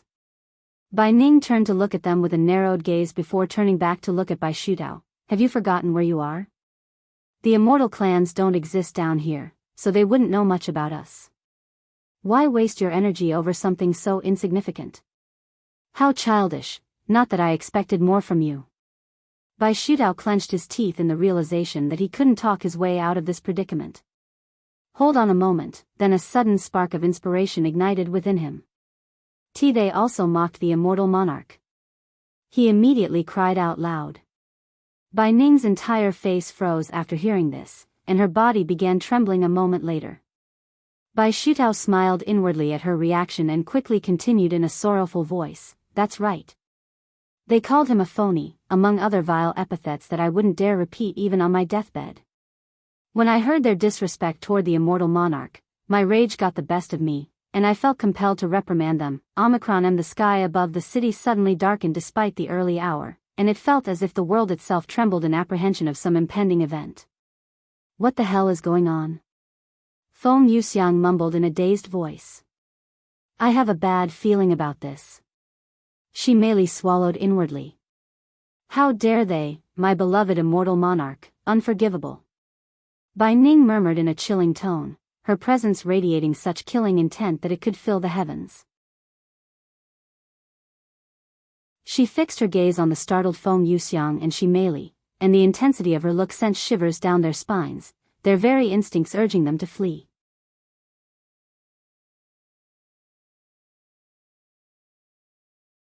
C1271 Rules of Heaven. Chapter 1271 Rules of Heaven. 1271 Rules of Heaven. I have a really bad feeling about her, worse than that crazy bastard. Feng Yuxiang mumbled, swallowing nervously. Shi Meili nodded, agreeing with her, she's definitely extremely dangerous. Even if we use our full strength, I don't think we'll be able to beat her. If only the young master was here. Feng Yuxiang sighed. However, just as Bai Ning prepared to approach them, she suddenly halted her movements. Elder sister? What's wrong? Xutao asked her after noticing something off about her. We're leaving, she said in a low voice. What? No way. We need to punish, then you can stay here. I won't be responsible for whatever happens next. Bai Ning glared at him before disappearing like a ghost without explaining any further. Seeing this, Xutao pointed at Feng Yuxiang and roared, you guys are the first to live another day after humiliating me. But don't you dare think for a second that this is over because I have remembered your scent. I will find you later and kill you. I swear upon my surname. After his declaration, Xutao also disappeared from the scene, leaving everyone there speechless. What just happened? Why did they suddenly leave? Shi Meili was baffled by the turn of events.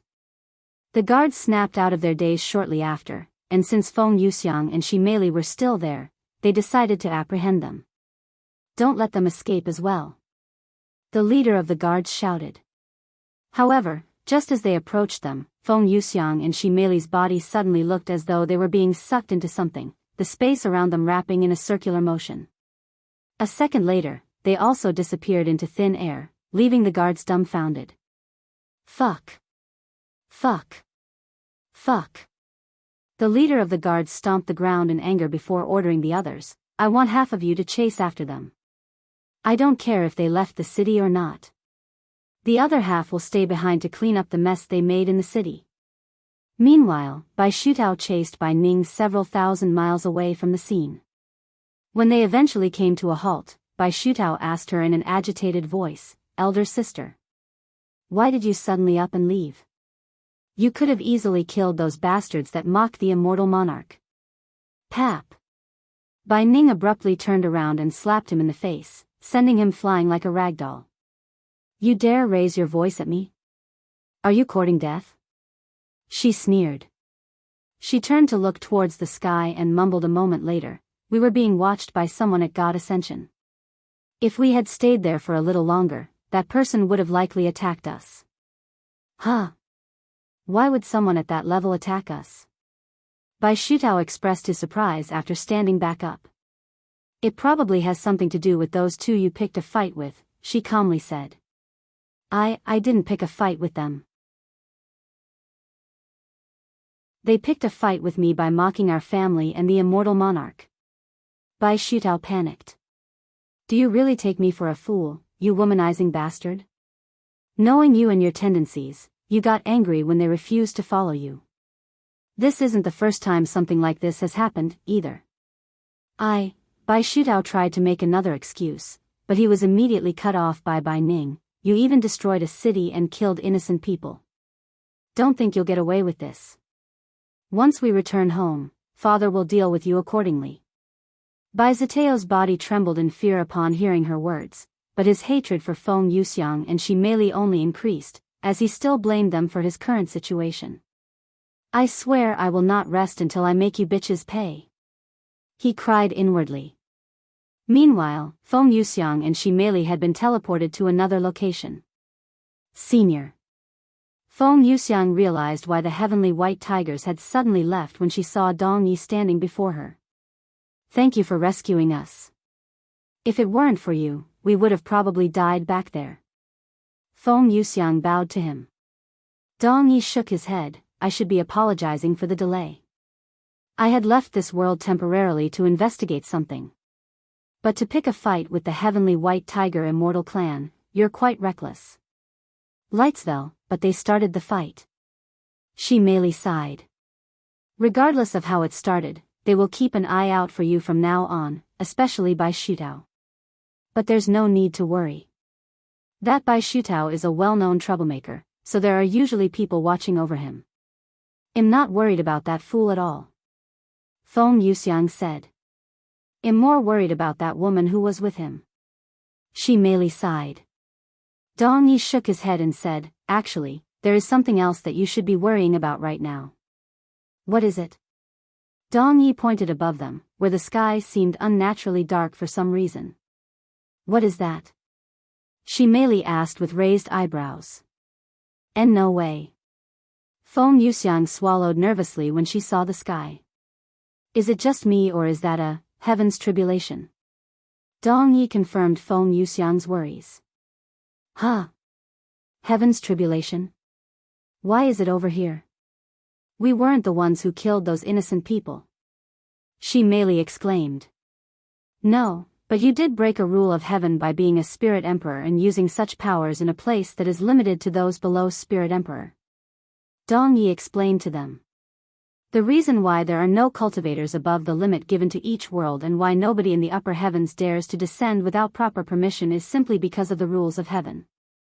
When someone violates a rule, an inescapable heavenly tribulation is invoked to punish the offender, with the severity of the tribulation determined by the individual's transgressions.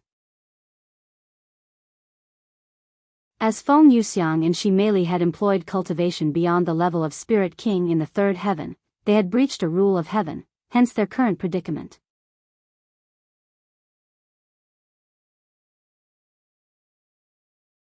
C1272 Heavenly Tribulation.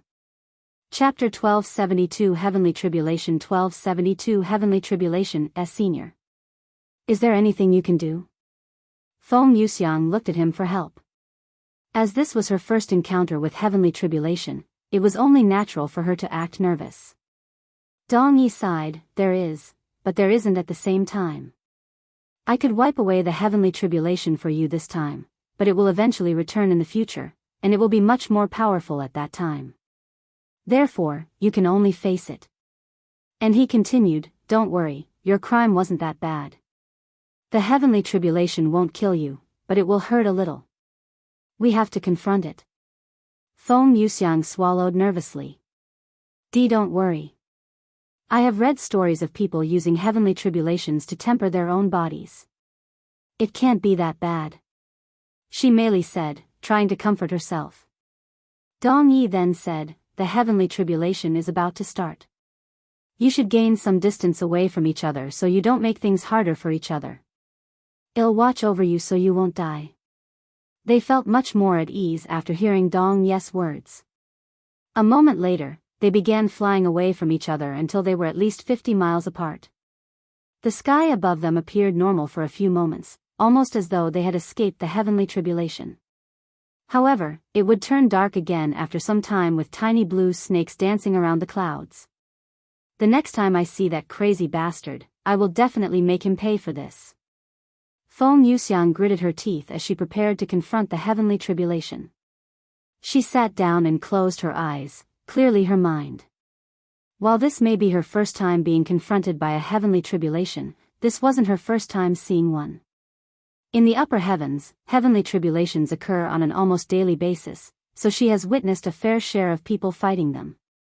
Many people perish before the heavenly tribulation, but some people have managed to escape, and just as she merely had said, some even used them as a body-tempering method. Those who recklessly confronted the heavenly tribulation perished, while those who remained calm and allowed the heavenly tribulation to strike them managed to survive. Feng Yuxiang said to herself. Eventually, amidst the darkened skies, a powerful and thick bolt of lightning descended upon Feng Yuxiang. Boom!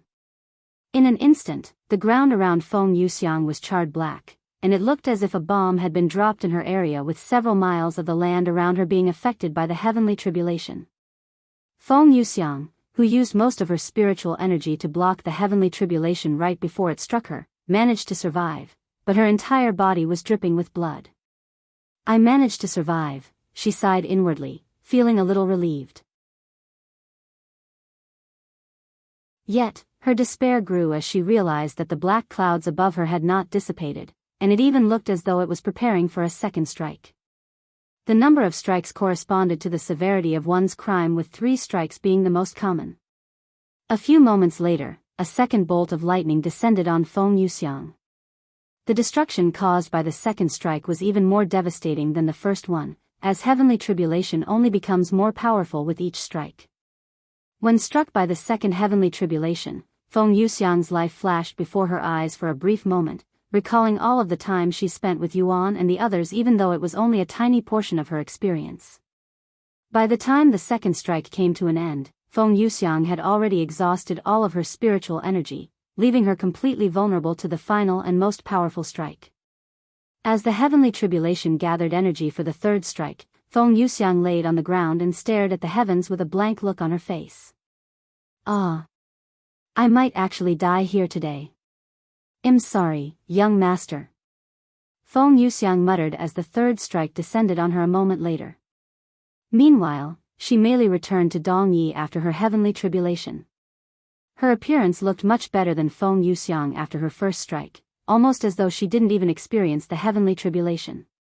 The heavenly tribulation wasn't that bad. I expected much worse.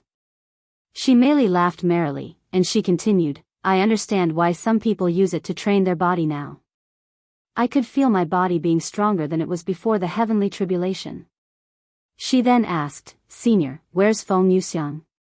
Her heavenly tribulation should be ending soon, he said. After a few minutes of silence, he spoke again, follow me. She merely nodded and followed him to where Feng Yuxiang confronted her heavenly tribulation. When they arrived, she merely's eyes widened in shock as she gazed upon the devastation that far exceeded what she had experienced. What in heaven's name happened here? Was this caused by the heavenly tribulation? There's no way, right? She merely turned to look at Dong Yi for answers. Lightsvel, he nodded and explained, the strength of one's heavenly tribulation depends on 2 primary factors, the gravity of their transgression and their personal strength. You may be a spirit emperor, but Feng Yuxiang's true strength is far stronger, hence the difference between your heavenly tribulation. Wait. But that's only if she has her original strength, right? There's no way she could have endured such a powerful heavenly tribulation with her current prowess because of the curse. Unfortunately, the heavens don't take into account such minor details. Dong Yi sighed. Then what happened to her? Don't tell me that she died. I cannot sense her presence. She merely began panicking when she realized this. She's not dead, but... Dong Yi gestured towards an object lying on the ground at the epicenter of the devastation. What is that? She merely looked at the oval-shaped object in the distance with a profoundly puzzled expression on her face. The object was red and covered in golden symbols, was the size of a watermelon, but most important was its shape, as it was shaped like an egg. Are you trying to tell me that's Feng Yuxiang? How? She merely exclaimed a moment later.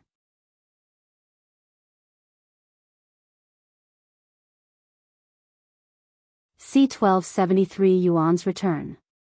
Chapter 1273 Yuan's Return. 1273 Yuan's Return. She merely landed before the red egg, but she didn't dare to touch it. Is this really Feng Yuxiang? How did something like this happen? Is she okay? She looked at Dong Yi for more answers. Dong Yi nodded and responded, she's fine. She's currently in a state of recovery that occurs when a phoenix is on the verge of death. It's their final line of defense. While in this state, she will be protected by that shell until she fully recovers.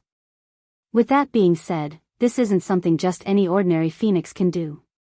Only those with the powerful bloodlines would be able to do something like this, mostly those related to royalty. How long will it take for her to recover? She merely then asked. Unfortunately, it's hard to say. Some phoenixes may take months to recover while others take years. And since her bloodline was cursed, it might take longer than usual. I wouldn't be surprised if it takes several decades for her to emerge from that shell. No way. She merely was speechless. She could have never expected something like this to happen right when Yuan left. How should I explain this to Yuan when he returns? She sighed. Just tell him the truth. You're not at fault here, neither of you are, so he won't blame you for it. I know, but it still sucks to be the bearer of bad news. After a moment of silence, she merely asked, so, what should we do with this egg, her shell? Take it with you and keep it safe. She merely looked at the egg with a look of hesitation on her face. After all, it could be extremely fragile, and she did not want to cause any harm to it. Dong Yi smiled when he saw her expression, and he said, don't worry, the shell isn't so fragile that it would crack easily. In fact, it won't leave a scratch even if you were to attack it with your full strength. It isn't their final line of defense for nothing. If you say so. She merely felt much better after hearing Dong Yi's words, but she still handled it with extreme care when she picked it up, treating it as though it was a golden egg. It'll take you back to the cabin, where you can recover your own strength until my lord returns. Dong Yi said to her a moment later. She merely nodded, and they disappeared into thin air shortly after. Meanwhile, the city was in full panic after what had transpired. A good portion of the city had been destroyed by the event, and hundreds of people had perished. Tian Suin and Tian Xianzu stood outside their home, looking at the destruction before them. Heavens! If the fight had been just one block closer, our residence would have been destroyed too. Tian Suin muttered in a dazed voice. Just what in heaven's name happened out there? Tian Xianzu sighed. Back at the cabin, she merely asked Dong Yi, can you tell me a little more about the Immortal clans? Just who are they? There's really not much to say about them. They are just a bunch of arrogant beasts running around with the Immortal Monarch's name behind their backs because their ancestors served him. In terms of influence, they are up there with the four ancient families and the royal families. Of course, they are also quite powerful, especially the Heavenly White Tiger clan. Their greatest strength is, well, their strength, rivaling even dragons. So their ancestors served Yuan? She merely asked for clarification. Indeed. The ancestor of the Heavenly White Tiger was one of the 9 supreme beings that followed the Immortal Monarch. He was a very loyal fellow who would put the Immortal Monarch before anything in his life. If the Immortal Monarch told him to jump off a bridge, he'd do it without hesitation. Some would even call it an obsession. Seriously. If that's true, his descendants must have fallen quite hard. She merely shook her head as she recalled Xutao's personality. The Immortal clans used to be entirely different, beasts with actual pride for their legacy. Nowadays, however, they are just a bunch of selfish bastards who abuse the Immortal monarch's name for their own profits, and they get worse with each generation. Yuan won't be happy to hear this. She merely sighed. The Lord will probably be pissed, especially after he fully recovers his memories. Dong Yi closed his eyes and recalled the Immortal monarch's relationship with his followers and sighed inwardly. Anyways, it's about time for me to leave again. I will return when the Lord returns. Dong Yi suddenly said. Okay. Once again, thank you for saving us. She merely nodded. After Dong Yi left the cabin, she merely placed Feng Yuxiang on the bed and wrapped the blankets around her like some kind of nest. Then, she sat on the wooden floor and began cultivating to recover her own injuries. A week passes in the blink of an eye. During this time, she merely did not stop her cultivation even for a second, and Feng Yuxiang remained unmoving on the bed. The city, which had been ravaged by Xutao, had now been cleaned up and was in the process of restoration. On Earth, Yuan would spend most of his time in the bedroom with Meishio and Chu Liuxiang, only leaving from time to spar with Li Jinsi. As for the other members of the faction, they were busy with their own things in cultivation online. Another week passed with little change in everyone's routine. During this time, Yuan managed to contact Liya to thank her for the information regarding the 10 great families. He wanted to speak with Yu Rou, but she was busy inside cultivation online and wouldn't come out anytime soon. I will let Yu Rou know that you tried to contact her later. Do you want to set up a meeting for when she returns? Liya asked him. No, it's fine. I will be returning to cultivation online soon, and I don't know when I will return this time. I see. Then if there's any message you want me to pass to her, just let me know. Yuan nodded, then can you tell her, I understand. I'll let her know. Thank you again. After his conversation with Liya ended, Yuan notified Meishio and the others that he would be returning to cultivation online that day. Then I'll meet you guys at Cultivator's Haven in a bit, Yuan said to them. Meishio, Chu Liuxiang, and Li Jinsi nodded in acknowledgement before they returned to their rooms.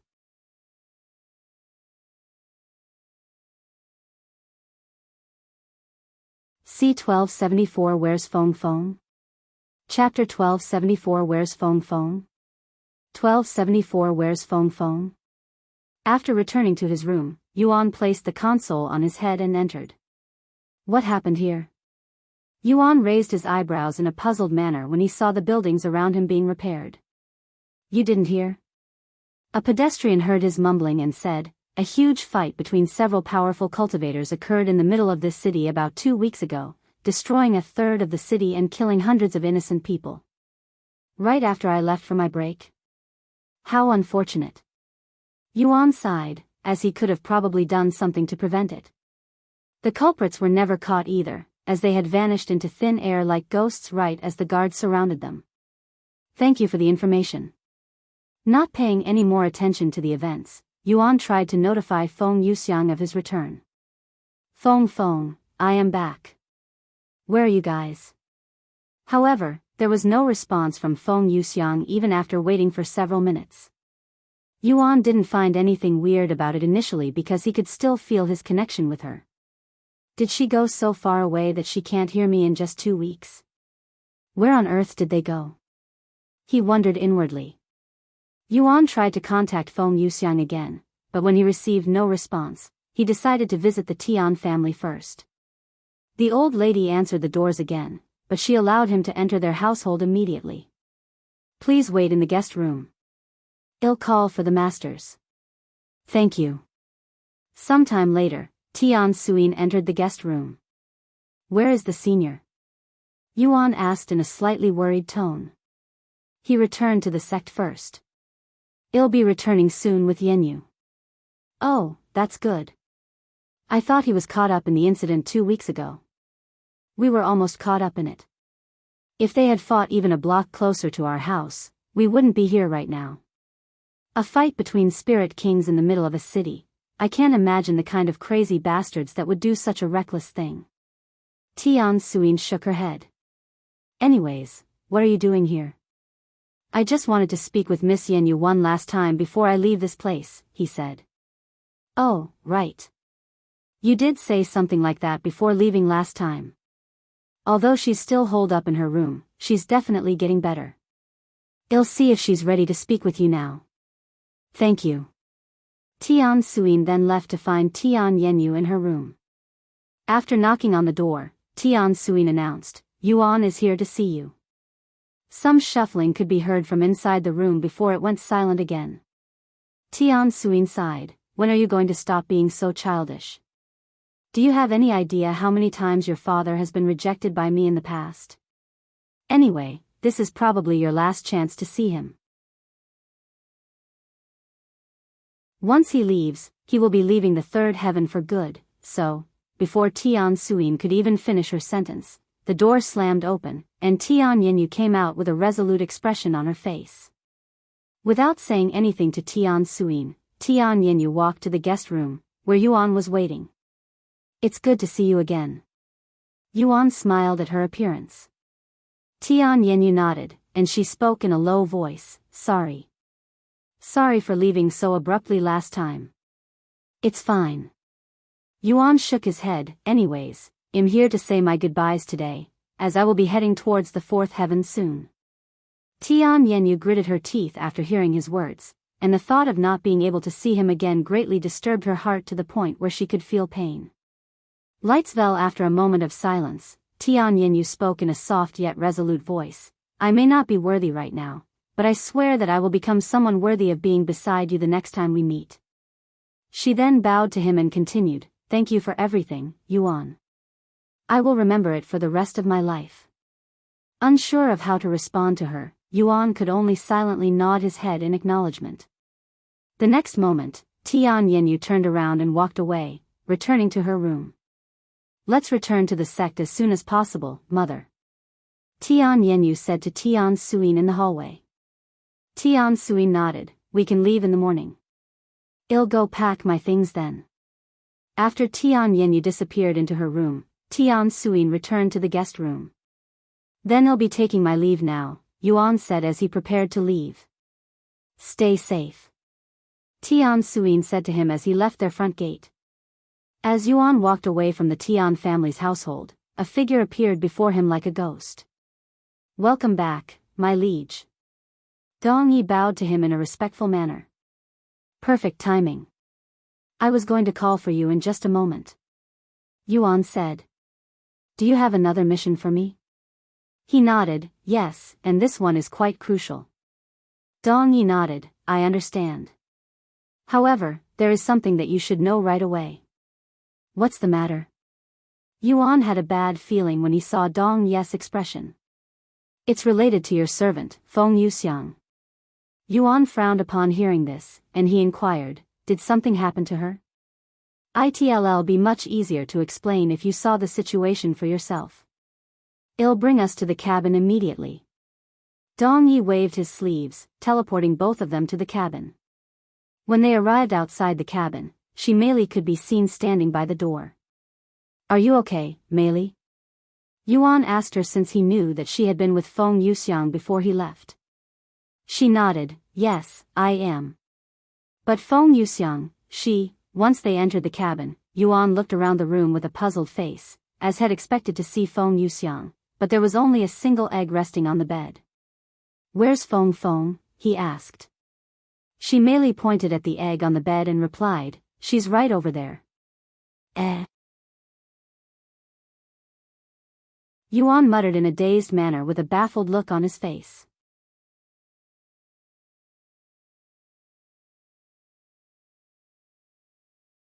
C1275 Find Me by Xutao. Chapter 1275 Find Me by Xutao. 1275 Find Me by Xutao. This egg is Feng? How on earth? Yuan approached the egg and inspected it with more attention, and sure enough, he He could sense his connection with Feng Yuxiang inside the egg, albeit a bit faint. How did this happen? He turned to look at Shimei. Shimei released a sigh and proceeded to explain the whole situation to him. You see. Shortly after you left, we wandered the city and were approached by someone from the Immortal clans, the Heavenly White Tiger clan. That person wanted us to spend some time with him, but we refused. One thing led to another, and we ended up fighting this person.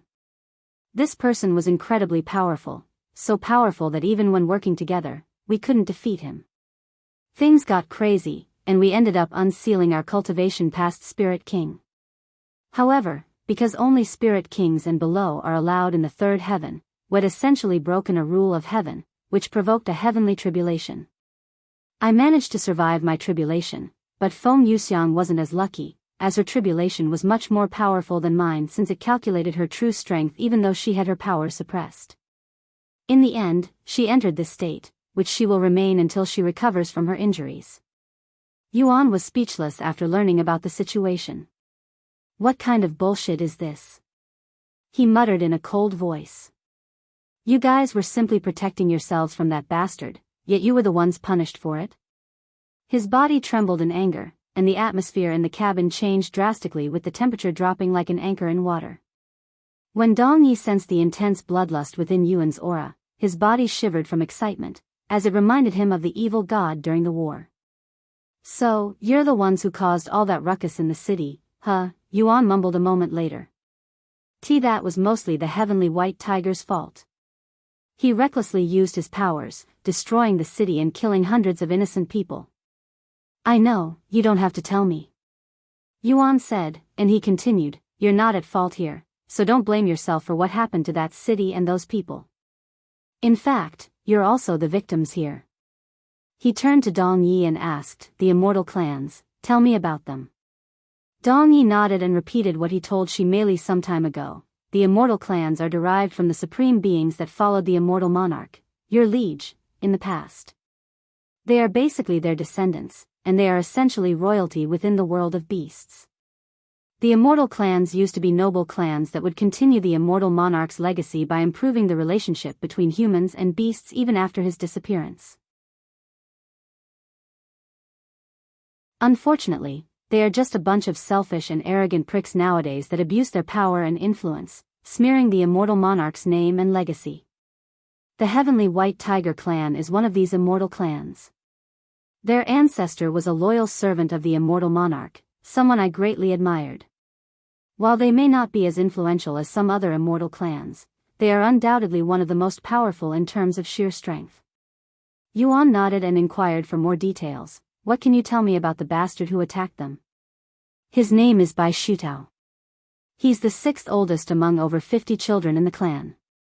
He's quite notorious in the upper heavens as the Heavenly White Tiger clan's #1 troublemaker and a lecherous playboy who pursues any beauty he encounters. In terms of strength, he ranks as the third strongest among his siblings. His bloodline is very pure, only second to the eldest in the family, so the clan treasures him and overlooks many of his deeds. His cultivation is currently suppressed to Spirit King, but his true cultivation is at first level Immortal Ascension. He cultivates the Heavenly White Tiger clan's secret technique that can only be taught to those with a strong bloodline. Dong Yi spoke of Xutao in great detail, almost as though he had investigated Xutao to extreme lengths for many years. Then where can I find him? Yuan inquired at the end. I will seek him out if that is your command. Dong Yi said. Please do. I won't leave the third heaven until I make him pay for hurting my precious companions. My liege. Dong Yi seemed a little bit worried after hearing his words. Immortal Ascension? How far up is that compared to a Spirit King? Shimei suddenly asked. That would be 12 entire realms. Above Spirit King is Spirit Emperor, then Spirit Sovereign, and lastly, Spirit Enlightenment. Past Spirit Enlightenment is the Divine Realm, which consists of 9 separate realms. It is also what most people in the upper heavens call the true beginning of cultivation. At the end of the Divine Realm is the Immortal Ascension Realm, and only after Immortal Ascension could one be considered an Immortal Cultivator. That's a lot of realms. Shi Meili was speechless. Dong Yi nodded. That's why I highly advise against approaching by Xutao now, my liege. Although you may have the upper hand with his suppressed cultivation, you won't stand a chance against him if he gets even a little serious. Yuan remained resolute and mumbled, so I have a good chance at killing him before he unseals his powers, huh? That's good enough for me. Dong Yi's eyes widened at his words and quickly responded, my liege, until you have enough power to deal with the entire Heavenly White Tiger clan, you should refrain from doing something so drastic and reckless. I understand that you are angry, but even I won't be able to protect you if the Heavenly White Tiger clan were to seriously come after you for killing their treasured child. They are that powerful? Yuan frowned. Yes. They may not be as noble as previously, but they are definitely as powerful. Killing by Xutao will not only endanger your own life but your friends as well. Yuan closed his eyes to ponder Dong Yi's words. A moment later, he opened his eyes, which flickered with a vicious light, and mumbled, in other words, I can do anything but kill him directly, right? What do you plan on doing? Dong Yi asked after swallowing nervously. Don't worry about it and find me by Xutao, he spoke in a commanding tone. Dong Yi sighed inwardly, but he could not refuse Yuan's orders and nodded, I understand. I'll locate by Xutao by the end of the day.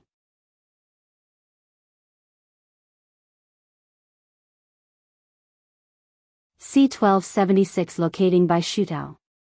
Chapter 1276 Locating by Xutao. 1276 Locating by Xutao. Sometime later, Yuan asked, how long will she stay inside that egg? Until she fully recovers from her injuries, which could take months if not years, and since her bloodline was cursed, it will probably take years. Dong Yi explained. Years. Yuan gritted his teeth in frustration after learning that it could potentially be years until he sees Feng Yuxiang again. Not wanting to wait such a long time, he asked, is there anything we can do to lower that time, help her recover faster? There is one way. Since you're the immortal monarch, your blood should be able to help her recover faster, as well as weaken her curse at the same time. Dong Yi said. With that being said, you should not give her too much of your blood, as it could have the opposite effect and affect her negatively. How much blood should I give her? A few drops once a week should suffice. Okay.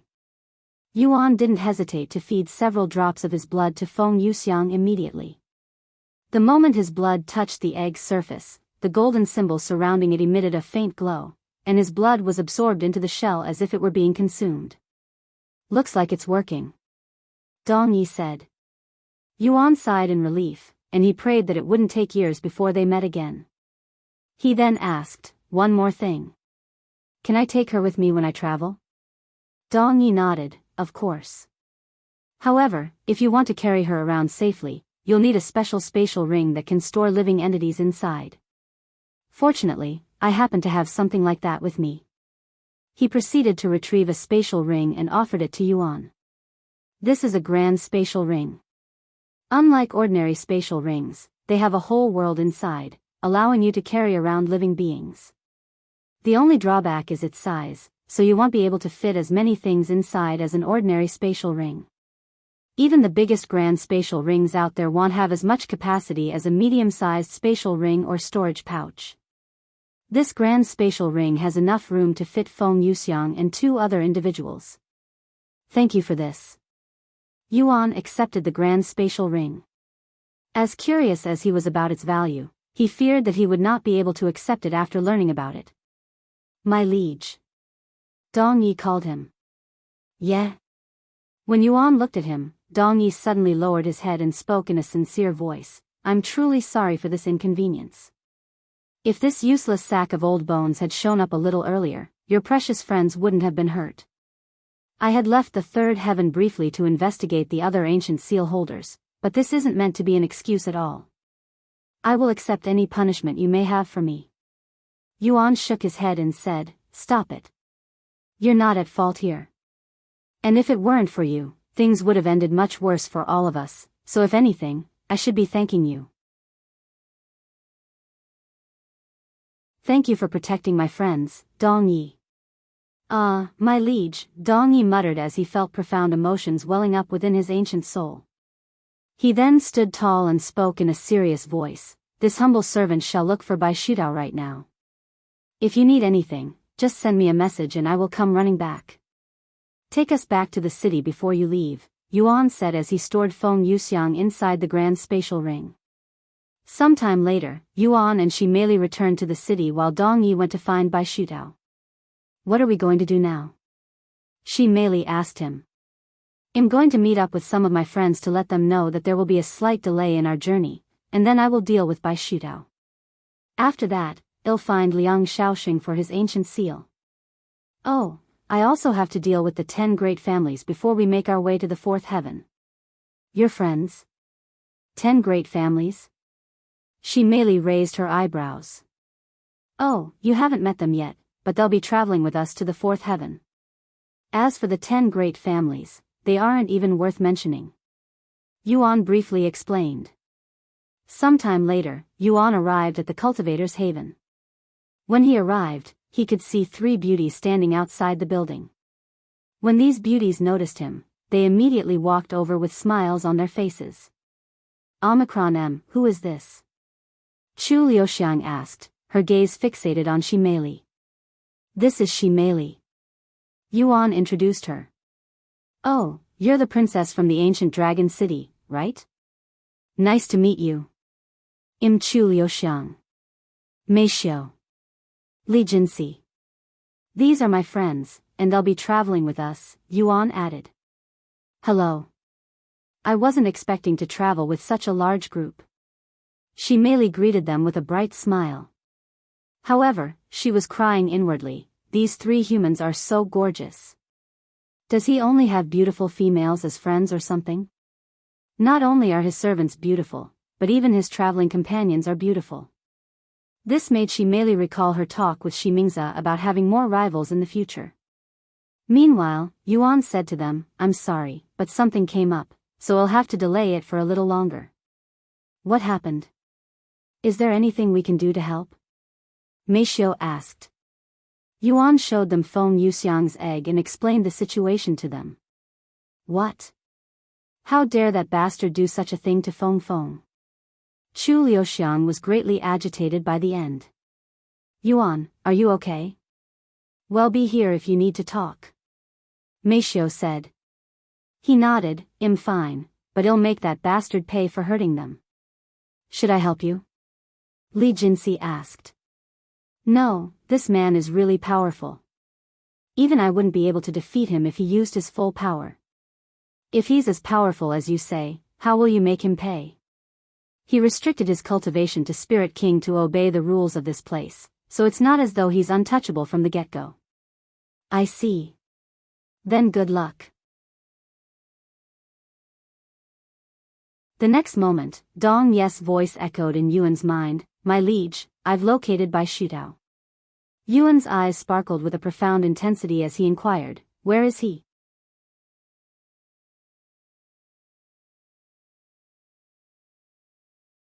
C1277 Meeting Xutao. Chapter 1277 Meeting Xutao. 1277 Meeting Xutao. After hearing that Dong Yi had located Xutao, Yuan immediately asked, where is he? He is about 30,000 miles away in a city called East Victory. Dong Yi said. Yuan then said to Meishio and the others, I just received news of Xutao's location, so I will be heading there now. Xiao Hua, Yingying, stay here with them. I don't want you guys to get involved. Xiao Hua and Lan Yingying left his body after hearing his words. Are you sure, Brother Yuan? I can come with you just in case. Xiao Hua asked him in a slightly worried voice, as he was essentially picking a fight with someone who was close to reaching immortality. The difference between their prowess was so vast that no amount of talent would help him win. Yuan nodded with a calm smile, don't worry, I have some tricks up my sleeves. And there's still Dong Yi, who will be watching over me. Okay. Stay safe. Xiao Hua no longer tried to convince him to not confront Xutao alone. Make sure you beat that bastard up good, Yuan. Chu Liuxiang cheered for him. Yuan disappeared from their sights the following moment after being transported by Dongyi. My liege, although I will be watching over you, I won't intervene unless your life is on the line and you are completely helpless. Please don't misunderstand, as it would put you and your friends in even greater danger if my presence is revealed to be connected to you. After all, I am already being hunted by the Celestial Emperor and his dogs, and your true identity must remain hidden until you are powerful enough. Don't worry, Dongyi.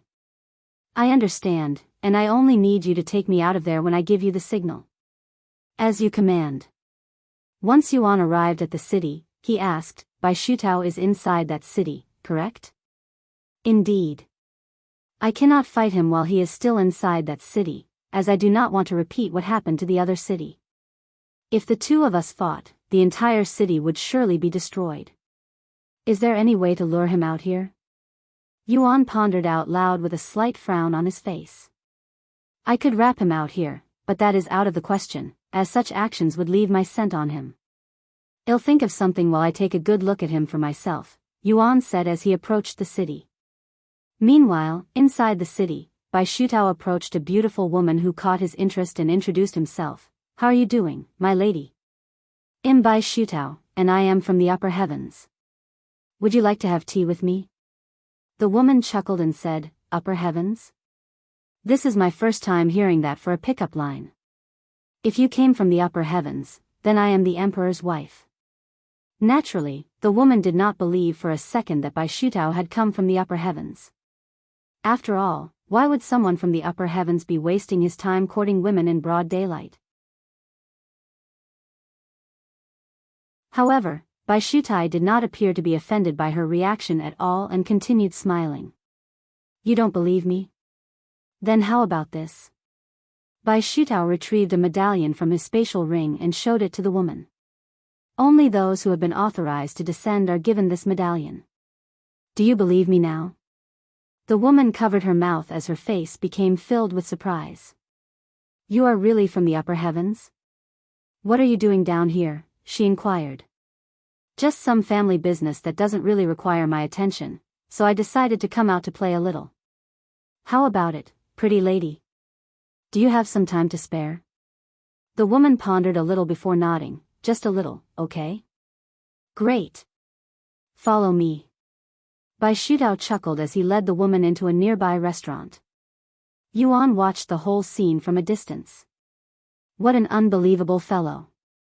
He destroyed a city and killed hundreds of innocent people not long ago, and he's already back to courting girls like it never happened. Yuan was speechless. After spending some time pondering what he should do, Yuan entered the same restaurant. Hello, how may I help you? The receptionist was slightly startled when she saw Yuan's appearance, but she didn't say anything about it. I'm here with my friend. He has white and black hair, and he came in here with a woman with brown hair. Yuan said. Lightsville, oh, they're on the 3rd floor. Thank you. Yuan gave her a slight nod before walking to the 3rd floor. There were several private rooms on the 3rd floor, all of them with their doors closed. Yuan approached the one at the end of the hallway and opened it without hesitation. Inside, Xutao and the woman had been chatting merrily until they were suddenly interrupted. Who the hell are you? Xutao immediately questioned Yuan. However, Yuan didn't respond to his question and instead laughed in a mocking tone. Xutao, did you trick another naive woman with that fake medallion of yours? I must say, you're quite the genius to have come up with such a plan. What? The woman's face became filled with disbelief upon hearing his words. What the fuck are you talking about? My medallion is real. And who the fuck are you? Remove your mask and show me your face. Xutao was as taken aback as the woman and panicked for a moment. You despicable bastard. In a fit of anger, the woman threw her tea at Xutao, soaking his face, and then stormed out of the room without giving him a chance to defend himself. Yuan didn't say anything and merely stared at Xutao in silence. A moment later, Xutao's voice cracked with fury as he bellowed, Why you? Fucking bastard. His entire body quivered with rage as he slammed the table, destroying it. Seeing his reaction, a smile appeared on Yuan's face that was covered by his mask.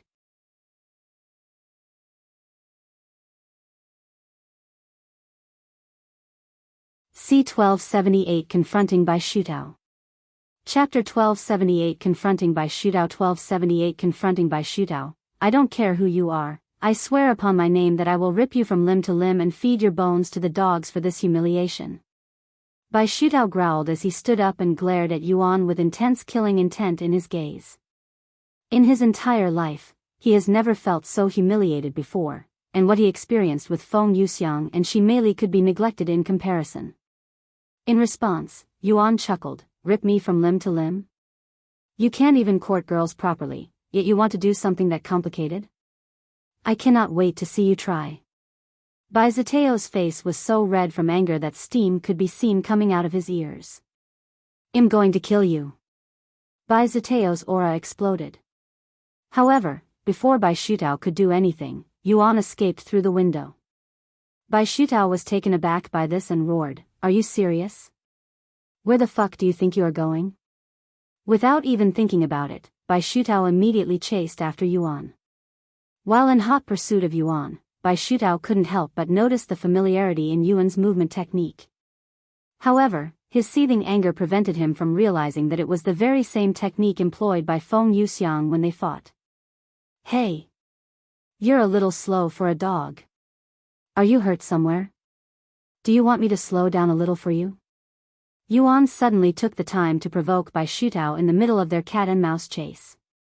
Bai Xutao was so angry that he couldn't even find any words to respond. Instead, he released a primal, thunderous roar that reverberated through the air. In the very next moment, his speed surged dramatically. Seeing this, Yuan also increased his speed, just enough that it seemed like Bai Xutao was slowly catching up. Eventually, they ventured so far from the city that nothing but trees and mountains stretched as far as the eye could discern. Once he was confident that their fight would not disturb anyone, Yuan slowed down to a halt.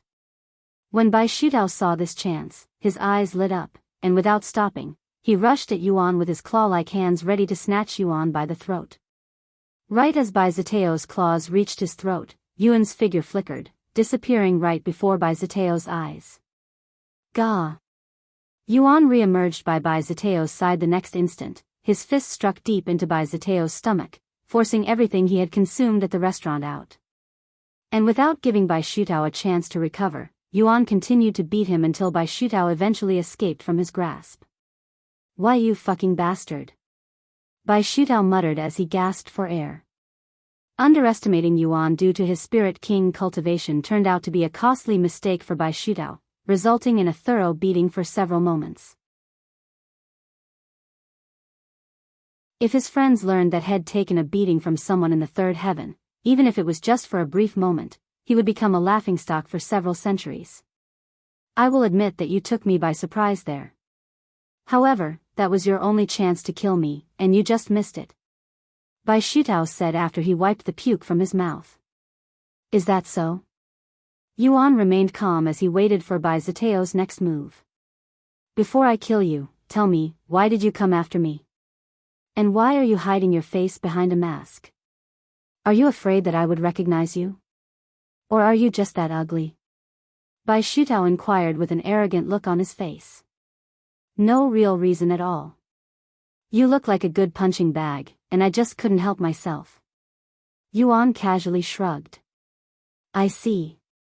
Bai Xutao murmured as his aura surged drastically. "Don't worry, I won't kill you immediately. I am going to give you a slow and painful death," Bai Xutao exclaimed as his figure flickered, disappearing into thin air. Heavenly Tigers advance. Bai Xutao materialized behind Yuan in an instant, his claw-like hands already closing in on Yuan's neck. Heavenly Tiger's fangs. Without glancing back, Yuan pivoted around, his fist shrouded in a tyrannical energy. Relentless dragon overwhelms the 9 heavens. With intent, Yuan directed his fist squarely at Bai Xutao's claw-like hands. When their attacks clashed, Bai Xutao grimaced in excruciating pain, as Yuan's overwhelming strength obliterated his entire right arm, tearing his muscles and shattering his bones instantly. Lightsenvul, ah! Fuck! Bai Xutao hastily backed away from Yuan. When he looked at his right arm, it was a gruesome mess, looking as though it had been through a meat grinder. The very next moment, Xutao reached into his spatial ring with his left hand and retrieved a pill, tossing it directly into his mouth. Yuan then watched as Xutao's destroyed arm made a full recovery within seconds before his very eyes. That medicine is pretty strong. If only your arm was as strong as the medicine, it wouldn't have snapped like a twig. Yuan did not forget to provoke him some more. Xutao glared at him with a deep frown. What the hell is going on? He's clearly only a spirit king, so how is he overpowering me? He wondered inwardly. The strength he had exerted could have effortlessly vanquished both Feng Yuxiang and Shi Meili in a single blow, yet he suffered another humiliating defeat at the hands of a mere spirit king, a human at that. After experiencing so many defeats, not to mention the pain of his arm being destroyed, Xutao's fury subsided, granting him a moment of clarity. In his current condition, he could see that the masked man wasn't an ordinary human, and there was something profound about him. You're not from this realm, are you? Xutao asked him. No, I am not. Yuan gave him a proper response for the first time. Upon hearing Yuan's words, Xutao swiftly deduced that Yuan must hail from the upper heavens, much like himself. No wonder why he's wearing that mask. He doesn't want me to know his identity, he thought. Unbeknownst to him, he was only half right. But he couldn't have guessed that Yuan was someone from Earth, a world that is even weaker than the lower heavens.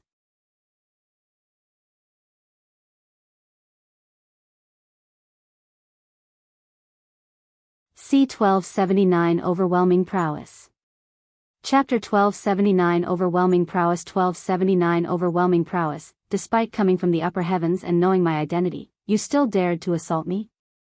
Are you insane? I can have your entire family executed for your crimes. Xutao sneered. What are you talking about? You're the one who assaulted me first. Yuan said. I am only defending myself. Bullshit. If you hadn't humiliated me with that lie at the restaurant, we wouldn't be here right now. Me? Lie? I have no idea what you're talking about. Yuan acted stupid. Xutao could feel his anger coming back. Enough of this, I don't care why you approached me, but you'll regret it. I'll make sure of it. Xutao's aura increased even further, almost as though he had no limits to his strength. And without saying anything else, he began attacking Yuan again. However, he still found himself on the losing end, being punched left and right by Yuan. Fuck. Fuck. Fuck. I don't care anymore. Even if I have to deal with a heavenly tribulation later, I will not let this bastard humiliate me any longer. Having reached this decision, Xutao immediately unsealed his cultivation base, propelling it from peak Spirit King to peak Spirit Emperor in a mere heartbeat. As he ascended to the rank of Spirit Emperor, his aura underwent a profound transformation, and his spiritual energy surged skyward, exuding a powerful presence that was prohibited in the third heaven. He's still underestimating me, huh? Yuan grinned upon witnessing Xutao's transformation. Well, this couldn't be more perfect. Meanwhile, Xutao became enraged when he noticed that Yuan was still in the Spirit King realm, misunderstanding the situation. How dare he look down on me? Xutao surmised that Yuan's reluctance to unseal his cultivation stemmed from a perception of being underestimated. After taking a moment to channel his anger into energy, Xutao rushed at Yuan again. Now that he was an entire realm above Yuan, Xutao expected to waste him without any effort. Heavenly Tiger's Destruction Wave. Xutao roared, attacking Yuan with the same technique that destroyed a third of a city, yet it was 100 times stronger than previously. In the blink of an eye, the sound waves generated by the technique obliterated the scenery behind Yuan, reducing the trees and even mountains to nothingness. What? Xutao's eyes widened in astonishment as he observed that Yuan remained unscathed by his assault, even though he was convinced it had not missed its mark. In response, Yuan cleaned his ears with his pinky and muttered, "Can you not do that again? That tickled my ears."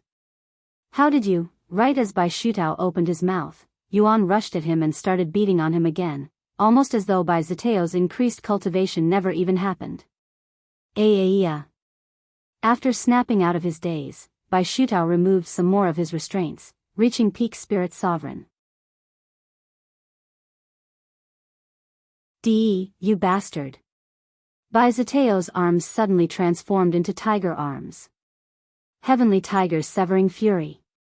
He unleashed a dozen swings of his claws at Yuan, each stroke giving rise to 5 formidable wind blades that cleaved through everything in their path, their power and sharpness rivaling that of sword aura. Using nothing but his bare hands, Yuan swung them at the wind blades, effortlessly cutting them in half as if he were chopping through mere twigs. The split wind blades continued to fly into the distance, cleaving through anything that dared to block their paths as easily as cutting tofu. And no way. What are you? Xutao was in disbelief. He simply couldn't believe that he was still being overwhelmed by a spirit king while he was a spirit sovereign. Even though he could increase his cultivation even further, to spirit enlightenment, he was hesitant to do so, as his heavenly tribulation would grow stronger as he unsealed more of his powers, and using the powers of a spirit enlightenment in the third heaven would threaten even someone like him as long as he remained in this realm. With increasing his cultivation ruled out as an option, Xutao resolved to execute the next best course of action. Lightsenville, I didn't think I would bring this out in a place like this. Xutao muttered as he retrieved a pair of white gloves that resembled a tiger's paw. The pair of gloves emitted a distinct aura that could only be associated with soul weapons, a feeling that Yuan was well acquainted with. The moment he wore the gloves, Xutao's aura skyrocketed even further even though his cultivation remained the same. Each soul weapon possessed its individual set of effects, and the gloves seemed to have substantially increased Xutao's stats, as he was at least 3 times more powerful compared to just moments ago. Yuan contemplated summoning his Empyrean overlord, but he was concerned that such an action might unveil his true identity, so he had to decide between Starry Abyss or Dragon's Soul. Since I have never used Dragon's Soul before, it'll almost be impossible to identify me unless they go to the ancient Dragon City. Yuan thought to himself, summoning Dragon's Soul a moment later. Che. So you also have a soul weapon. Although Xutao wasn't surprised that someone as powerful as Yuan had a soul weapon, he had hoped that wasn't the case. Whatever.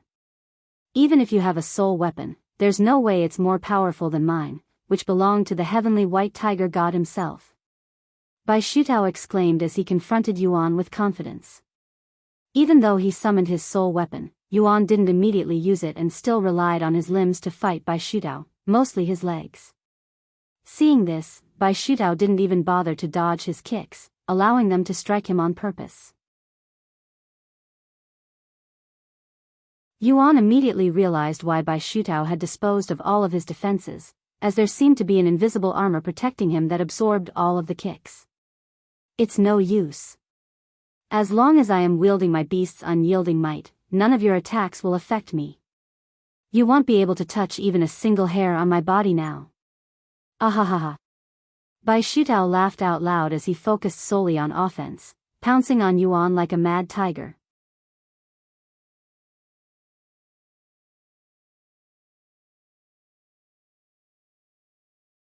C1280 Breaking Xutao. Chapter 1280 Breaking Xutao. 1280 Breaking Xutao. Despite the ineffectiveness of his initial attacks, which felt like punching a steel wall, Yuan persisted in his efforts to breach Xutao's defenses. Ha ha ha. It's futile. You can keep struggling, but my defense is invincible. Xutao chortled maniacally. Heavenly tigers severing fury. Not only did Xutao's defenses experience a substantial boost, but his offensive capabilities also soared, perhaps even surpassing his formidable defenses. What's wrong? Is your soul weapon just for show? Xutao provoked him after noticing that he hadn't used his weapon once since he summoned it. Are you sure? I don't want to accidentally kill you. Yuan replied. I'd like to see you try. Xutao grinned, and he suddenly stopped moving. He spread his arms and gestured, come. I'll even give you a chance to kill me. Yuan narrowed his eyes at Xutao. Go ahead. What are you waiting for? Xutao began approaching him with complete confidence written all over his face. Then I won't be humble. Without any hesitation, Yuan swung the dragon's soul at Xutao, but he didn't aim for the neck. Shaw. The following moment, Xutao's eyes widened with disbelief when the dragon's soul tore right through his invisible armor and detached his right arm, almost as though his defenses had suddenly disappeared. Wah! Xutao immediately distanced himself from Yuan before taking out another pill and swallowing it. A few seconds later, his severed arm regenerated entirely. Yuan then pointed at his severed arm in the distance and said, "Go grab your soul weapon. I won't touch you until you do. You bastard." The confidence on Xutao's face had been wiped clean off, and he hastily went to retrieve his soul weapon, feeling humiliated once again. Meanwhile, Yuan couldn't help but be inwardly impressed by the dragon's soul's performance. He had struck Xutao without employing any techniques just now, yet he had effortlessly severed Xutao's arm. As expected of a soul weapon that is related to the dragon goddess, he smiled inwardly. After realizing that Yuan could somehow penetrate his defenses, Xutao refrained from recklessly approaching him. Curse it all. Just who is this guy? Why is he so incredibly powerful?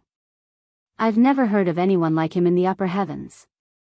Xutao lamented inwardly, his thoughts in turmoil as he desperately sought to uncover Yuan's true identity. Seeing Xutao's hesitation, Yuan smiled and spoke, "Why are you thinking so much? Just increase your cultivation again. Maybe you'll be able to suppress me when you're at spirit enlightenment." Xutao clenched his teeth in frustration.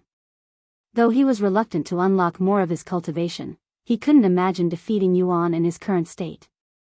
Do I have no other choice? Damn it all. If I don't do it, he might actually kill me. In the end, Xutao decided to increase his cultivation once again, entering the first level of spirit enlightenment. In his thoughts, Xutao recognized that without increasing his cultivation, he would likely meet his end at Yuan's hands. However, he believed he had a reasonable chance of surviving the heavenly tribulation due to the abundance of resources at his disposal. Naturally, he had little confidence in overcoming Yuan even with the release of his full cultivation, but such considerations had to be set aside for the moment. So, this is spirit enlightenment, huh? The pressure is no joke. Yuan swallowed nervously after feeling the oppressive aura being exuded by Xutao. Not only was Xutao now 3 entire realms above him, but Xutao wasn't an ordinary spirit enlightenment cultivator either.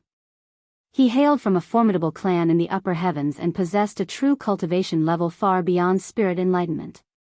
Now that things have reached this point, I will have to get serious, or I'll die. Yuan thought to himself. He closed his eyes and recalled the feeling he had felt when he transformed. Dragon Awakening. In the following instant, Yuan's black hair transformed to a shimmering gold, and his eyes ignited with a brilliant gold hue. His aura swelled, emanating a domineering presence. What? Xutao's eyes widened in astonishment as he beheld Yuan's transformation, and he mumbled in a bewildered tone, "You were a beast all along." Having held the belief that Yuan was a human this entire time, and observing no prior indications of Yuan being a beast, this revelation greatly astonished him. Lightsvel Yuan aimed his spirit by Xutao, his voice chillingly cold as he remarked, "Try not to die too quickly." The instant his sentence ended, Yuan attacked by Xutao. Yuan's movements were so swift that Xutao could scarcely react, and before he even realized, his left leg had been cleanly severed. Xutao didn't even have the time to express his pain before Yuan attacked again, aiming for his other leg. Xutao swiftly evaded the attack, but despite his efforts, Yuan's spear still grazed him, tearing away a chunk of flesh from his other leg. When he realized that his strength was still insufficient, Xutao did not hesitate to increase his cultivation again, entering the second level of spirit enlightenment. He also tossed another pill into his mouth, quickly regrowing his lost limbs. Seeing this, Yuan pushed himself even further. Shaw! Once again, Yuan managed to sever Xutao's legs. This time, he severed both legs with one swing. What the fuck is this bastard? Xutao began to panic when it seemed like he would always be behind Yuan no matter how much he increased his cultivation. Over the next several minutes, Yuan would cut off Xutao's limbs over and over again, littering the ground with dozens of Xutao's limbs. Xutao would continuously swallow pills to restore his limbs and increase his cultivation, reaching all the way to the 9th level of spirit enlightenment. However, his mental strength did the opposite and deteriorated rapidly. Eventually, Xutao could no longer endure the torture and snapped. Enough. I have had enough. I don't care if I die after this as long as I take you with me. He unleashed his loudest roar yet. My liege, you need to retreat now. He's going to unseal all of his cultivation. Dong Yi suddenly warned him. Yuan nodded. But just as Dong Yi prepared to teleport Yuan away, another presence manifested in their vicinity, and a commanding voice boomed a second later. What do you think you're doing? Halt this instant. Upon recognizing the familiar voice, Xutao ceased his actions and regained his composure. Elder sister, he mumbled in a dazed voice. Sure enough, Bai Ning appeared before them a moment later. What in Immortal Monarch's name is happening here? She glared at Xutao, demanding answers.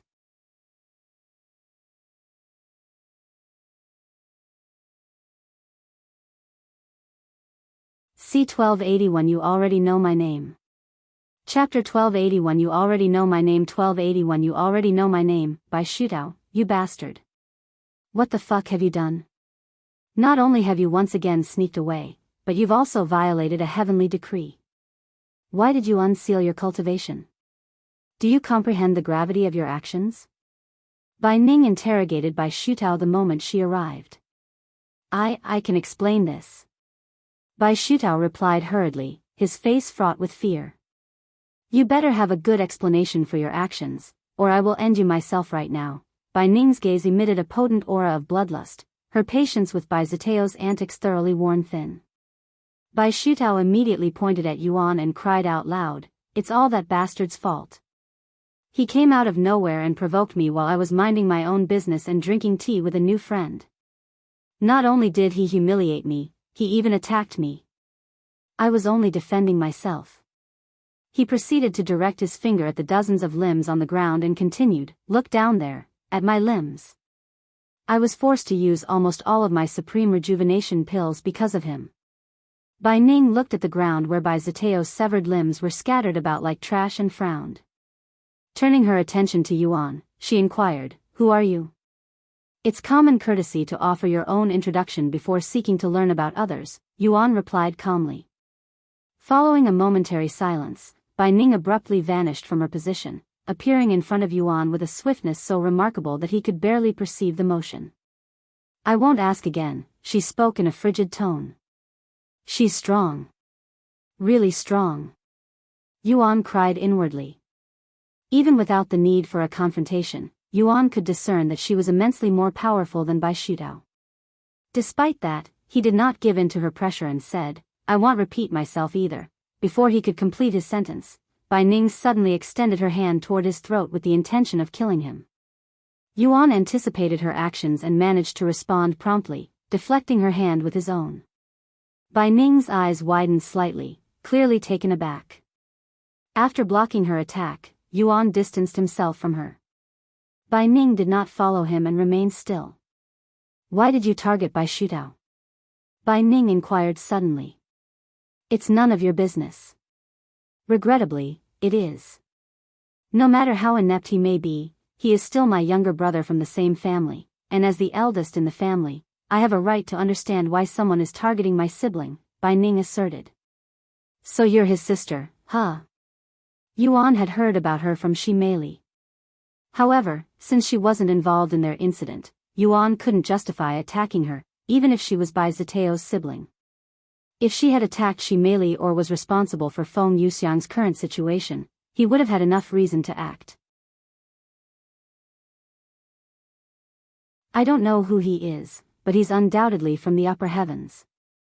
He's also a beast, although I can't discern his specific race by scent alone, as there's something peculiar about it," Xutao interjected. "Whatever. I don't care about your identity or your reason for attacking Xutao, but since you dared to lay hands on a member of the Heavenly White Tiger clan, I will punish you accordingly and question you afterward." Bai Ning's aura surged the following moment, and unlike Xutao, she did not underestimate Yuan, entering the peak of Spirit Emperor without hesitation. Yuan didn't want to fight her, but seeing how she was determined to fight him, he no longer had a choice. A moment later, the two would clash against each other, their formidable spiritual energies colliding in a fierce confrontation. This person, he's formidable. Bai Ning recognized Yuan's strength and comprehended how he had managed to press Xutao to his limits. Neither of them would overpower the other even many minutes and thousands of exchanges later. Over time, Bai Ning's battle with Yuan ceased to be about punishment and transformed into a form of enjoyment. After all, she had very few peers who could match her strength, even in the upper heavens. Xutao was utterly astonished to see someone last this long against Bai Ning, who was widely feared and respected in the upper heavens. Not only does he have a lower cultivation than her, he's even fighting her on equal footing. He cried inwardly. If he were to mention this fight to the people in the upper heavens, not even his own parents would believe him, such was the sheer absurdity of the spectacle unfolding before him. Sometime later, as Bai Ning remained engrossed in her battle with Yuan, the sky above them abruptly grew dim and overcast, almost as though a thunderstorm was approaching. Shit. The heavenly tribulation. I completely forgot about it. Xutao cried out loud when he saw the darkened sky. When she realized that her enjoyment was coming to an end, Bai Ning clicked her tongue in disappointment. If only we had crossed paths under different circumstances, we might have made fine sparring partners, she remarked to him, then added, regrettably, it's time to end this. Unfortunate, indeed. Yuan agreed with her. Suddenly, Bai Ning's aura surged to even greater heights, and her cultivation reached the peak of spirit sovereign. Are you certain you don't wish to, at the very least, divulge your name with me before I end your life? Bai Ning inquired about his identity again. Yuan smiled and said, you already know my name. What? Bai Ning was caught off guard by his response, yet she couldn't quite fathom its significance. My liege, I am going to teleport you to safety now. Dong Ye's voice resounded again. Bai Ning suddenly furrowed her brow, detecting Yuan's attempt to escape. Don't even think about it. Bai Ning roared as she prepared to stop him. Halt.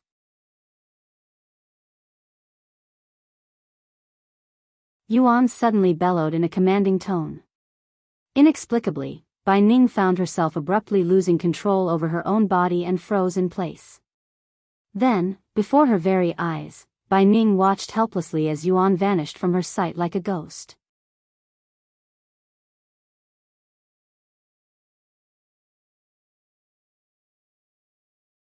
C1282 Crucial Matter.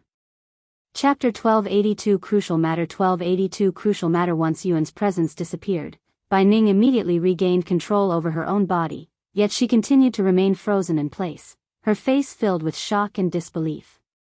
What just happened? Why did my body suddenly? She looked at her own hands and tried to fathom what had just occurred, yet she couldn't find an answer even with her vast experience and expansive knowledge. Elder sister. What should I do? Xutao's desperate cries immediately interrupted her thoughts. She turned to look at him with a frown and responded in a cold voice, whatever you are supposed to do. Don't act like this is your first encounter with a heavenly tribulation. But I have never encountered one this powerful. He stammered nervously, swallowing hard as the dark clouds expanded, enveloping the entire sky above them. Bai Ning looked at the clouds and sneered, you might be on the verge of death after this, but you won't die. And without saying another word, she left him to deal with the heavenly tribulation alone. Damn it. That fucking bitch is as heartless as ever. Family, my fucking ass. Xutao cursed at her inwardly before clearing his mind and preparing to deal with the heavenly tribulation. Eventually, a bolt of purple lightning struck Xutao, obliterating everything within a 1,000-mile radius around him, and it repeated 4 times, with each successive strike growing more potent. Xutao utilized all of his life-saving treasures and resources to deal with the heavenly tribulation, as he wouldn't be able to survive on his own power, at least not in his current state. Meanwhile, after leaving Xutao alone, Bai Ning tried to search for Yuan, traveling tens of thousands of miles, only stopping when it was her turn to deal with the heavenly tribulation. And despite only unsealing her cultivation to spirit sovereign, her heavenly tribulation was countless times more powerful than by Xutao's heavenly tribulation, mostly due to her true cultivation as a true immortal. Each bolt of lightning was strong enough to obliterate a spirit enlightenment cultivator 1,000 times, yet all Bai Ning had to do was wave her sleeves, destroying the lightning and only suffering minor injuries afterward. The heavenly tribulation only lasted for 3 strikes before it disappeared, and Bai Ning immediately returned to her search. She also couldn't help but replay Yuan's words inside her mind continuously. You already know my name. What in the world does he mean by that? I already know his identity. No, that's impossible. I wouldn't forget someone like him. Bai Ning hadn't experienced this level of frustration in a long while. In fact, she had never felt this degree of helplessness in her entire life. And the more she contemplated it, the more her frustration intensified, almost to the point of madness.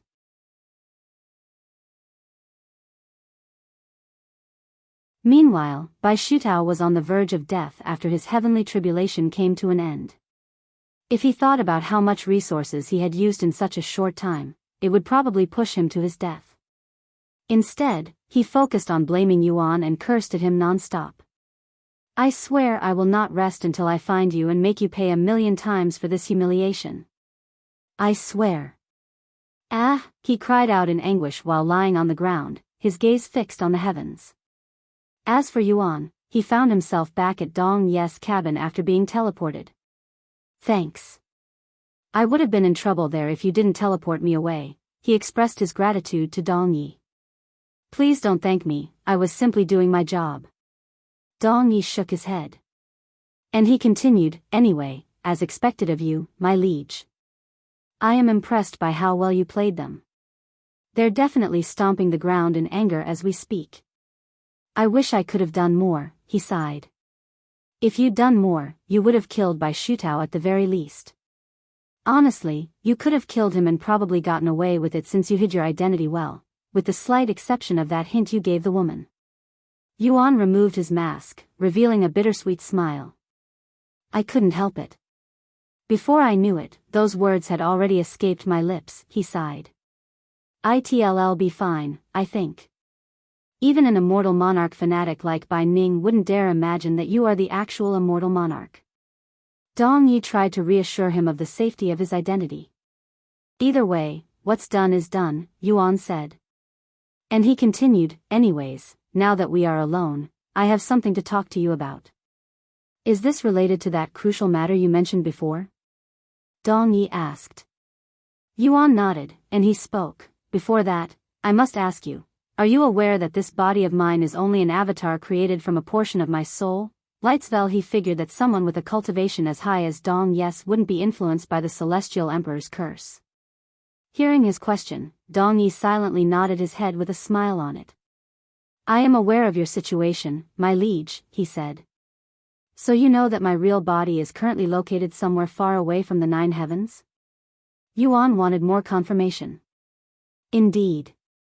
In fact, I have known about it even before we met. Dong Yi confirmed. Good, then this will speed things up, Yuan said. And he proceeded to tell Dong Yi of his situation on Earth. A formation keeping the world alive, huh? It must be the work of a blood mastiff, as they are the only ones who could possibly maintain such a powerful formation for so long. Dong Yi mumbled out loud. Yuan then explained his current plan to Dong Yi. If you are looking for a soul belonging to a god Ascension realm cultivator, the Shadow Realm will definitely house some there, but it's also extremely dangerous there. Unless absolutely necessary, even I wouldn't venture to that grim place. Dong Yi shuddered just thinking about the atmosphere there, as well as the countless immortal souls trapped there since ancient times. Dangerous or not, I have no choice but to go there, unless you have another idea. Yuan looked at him.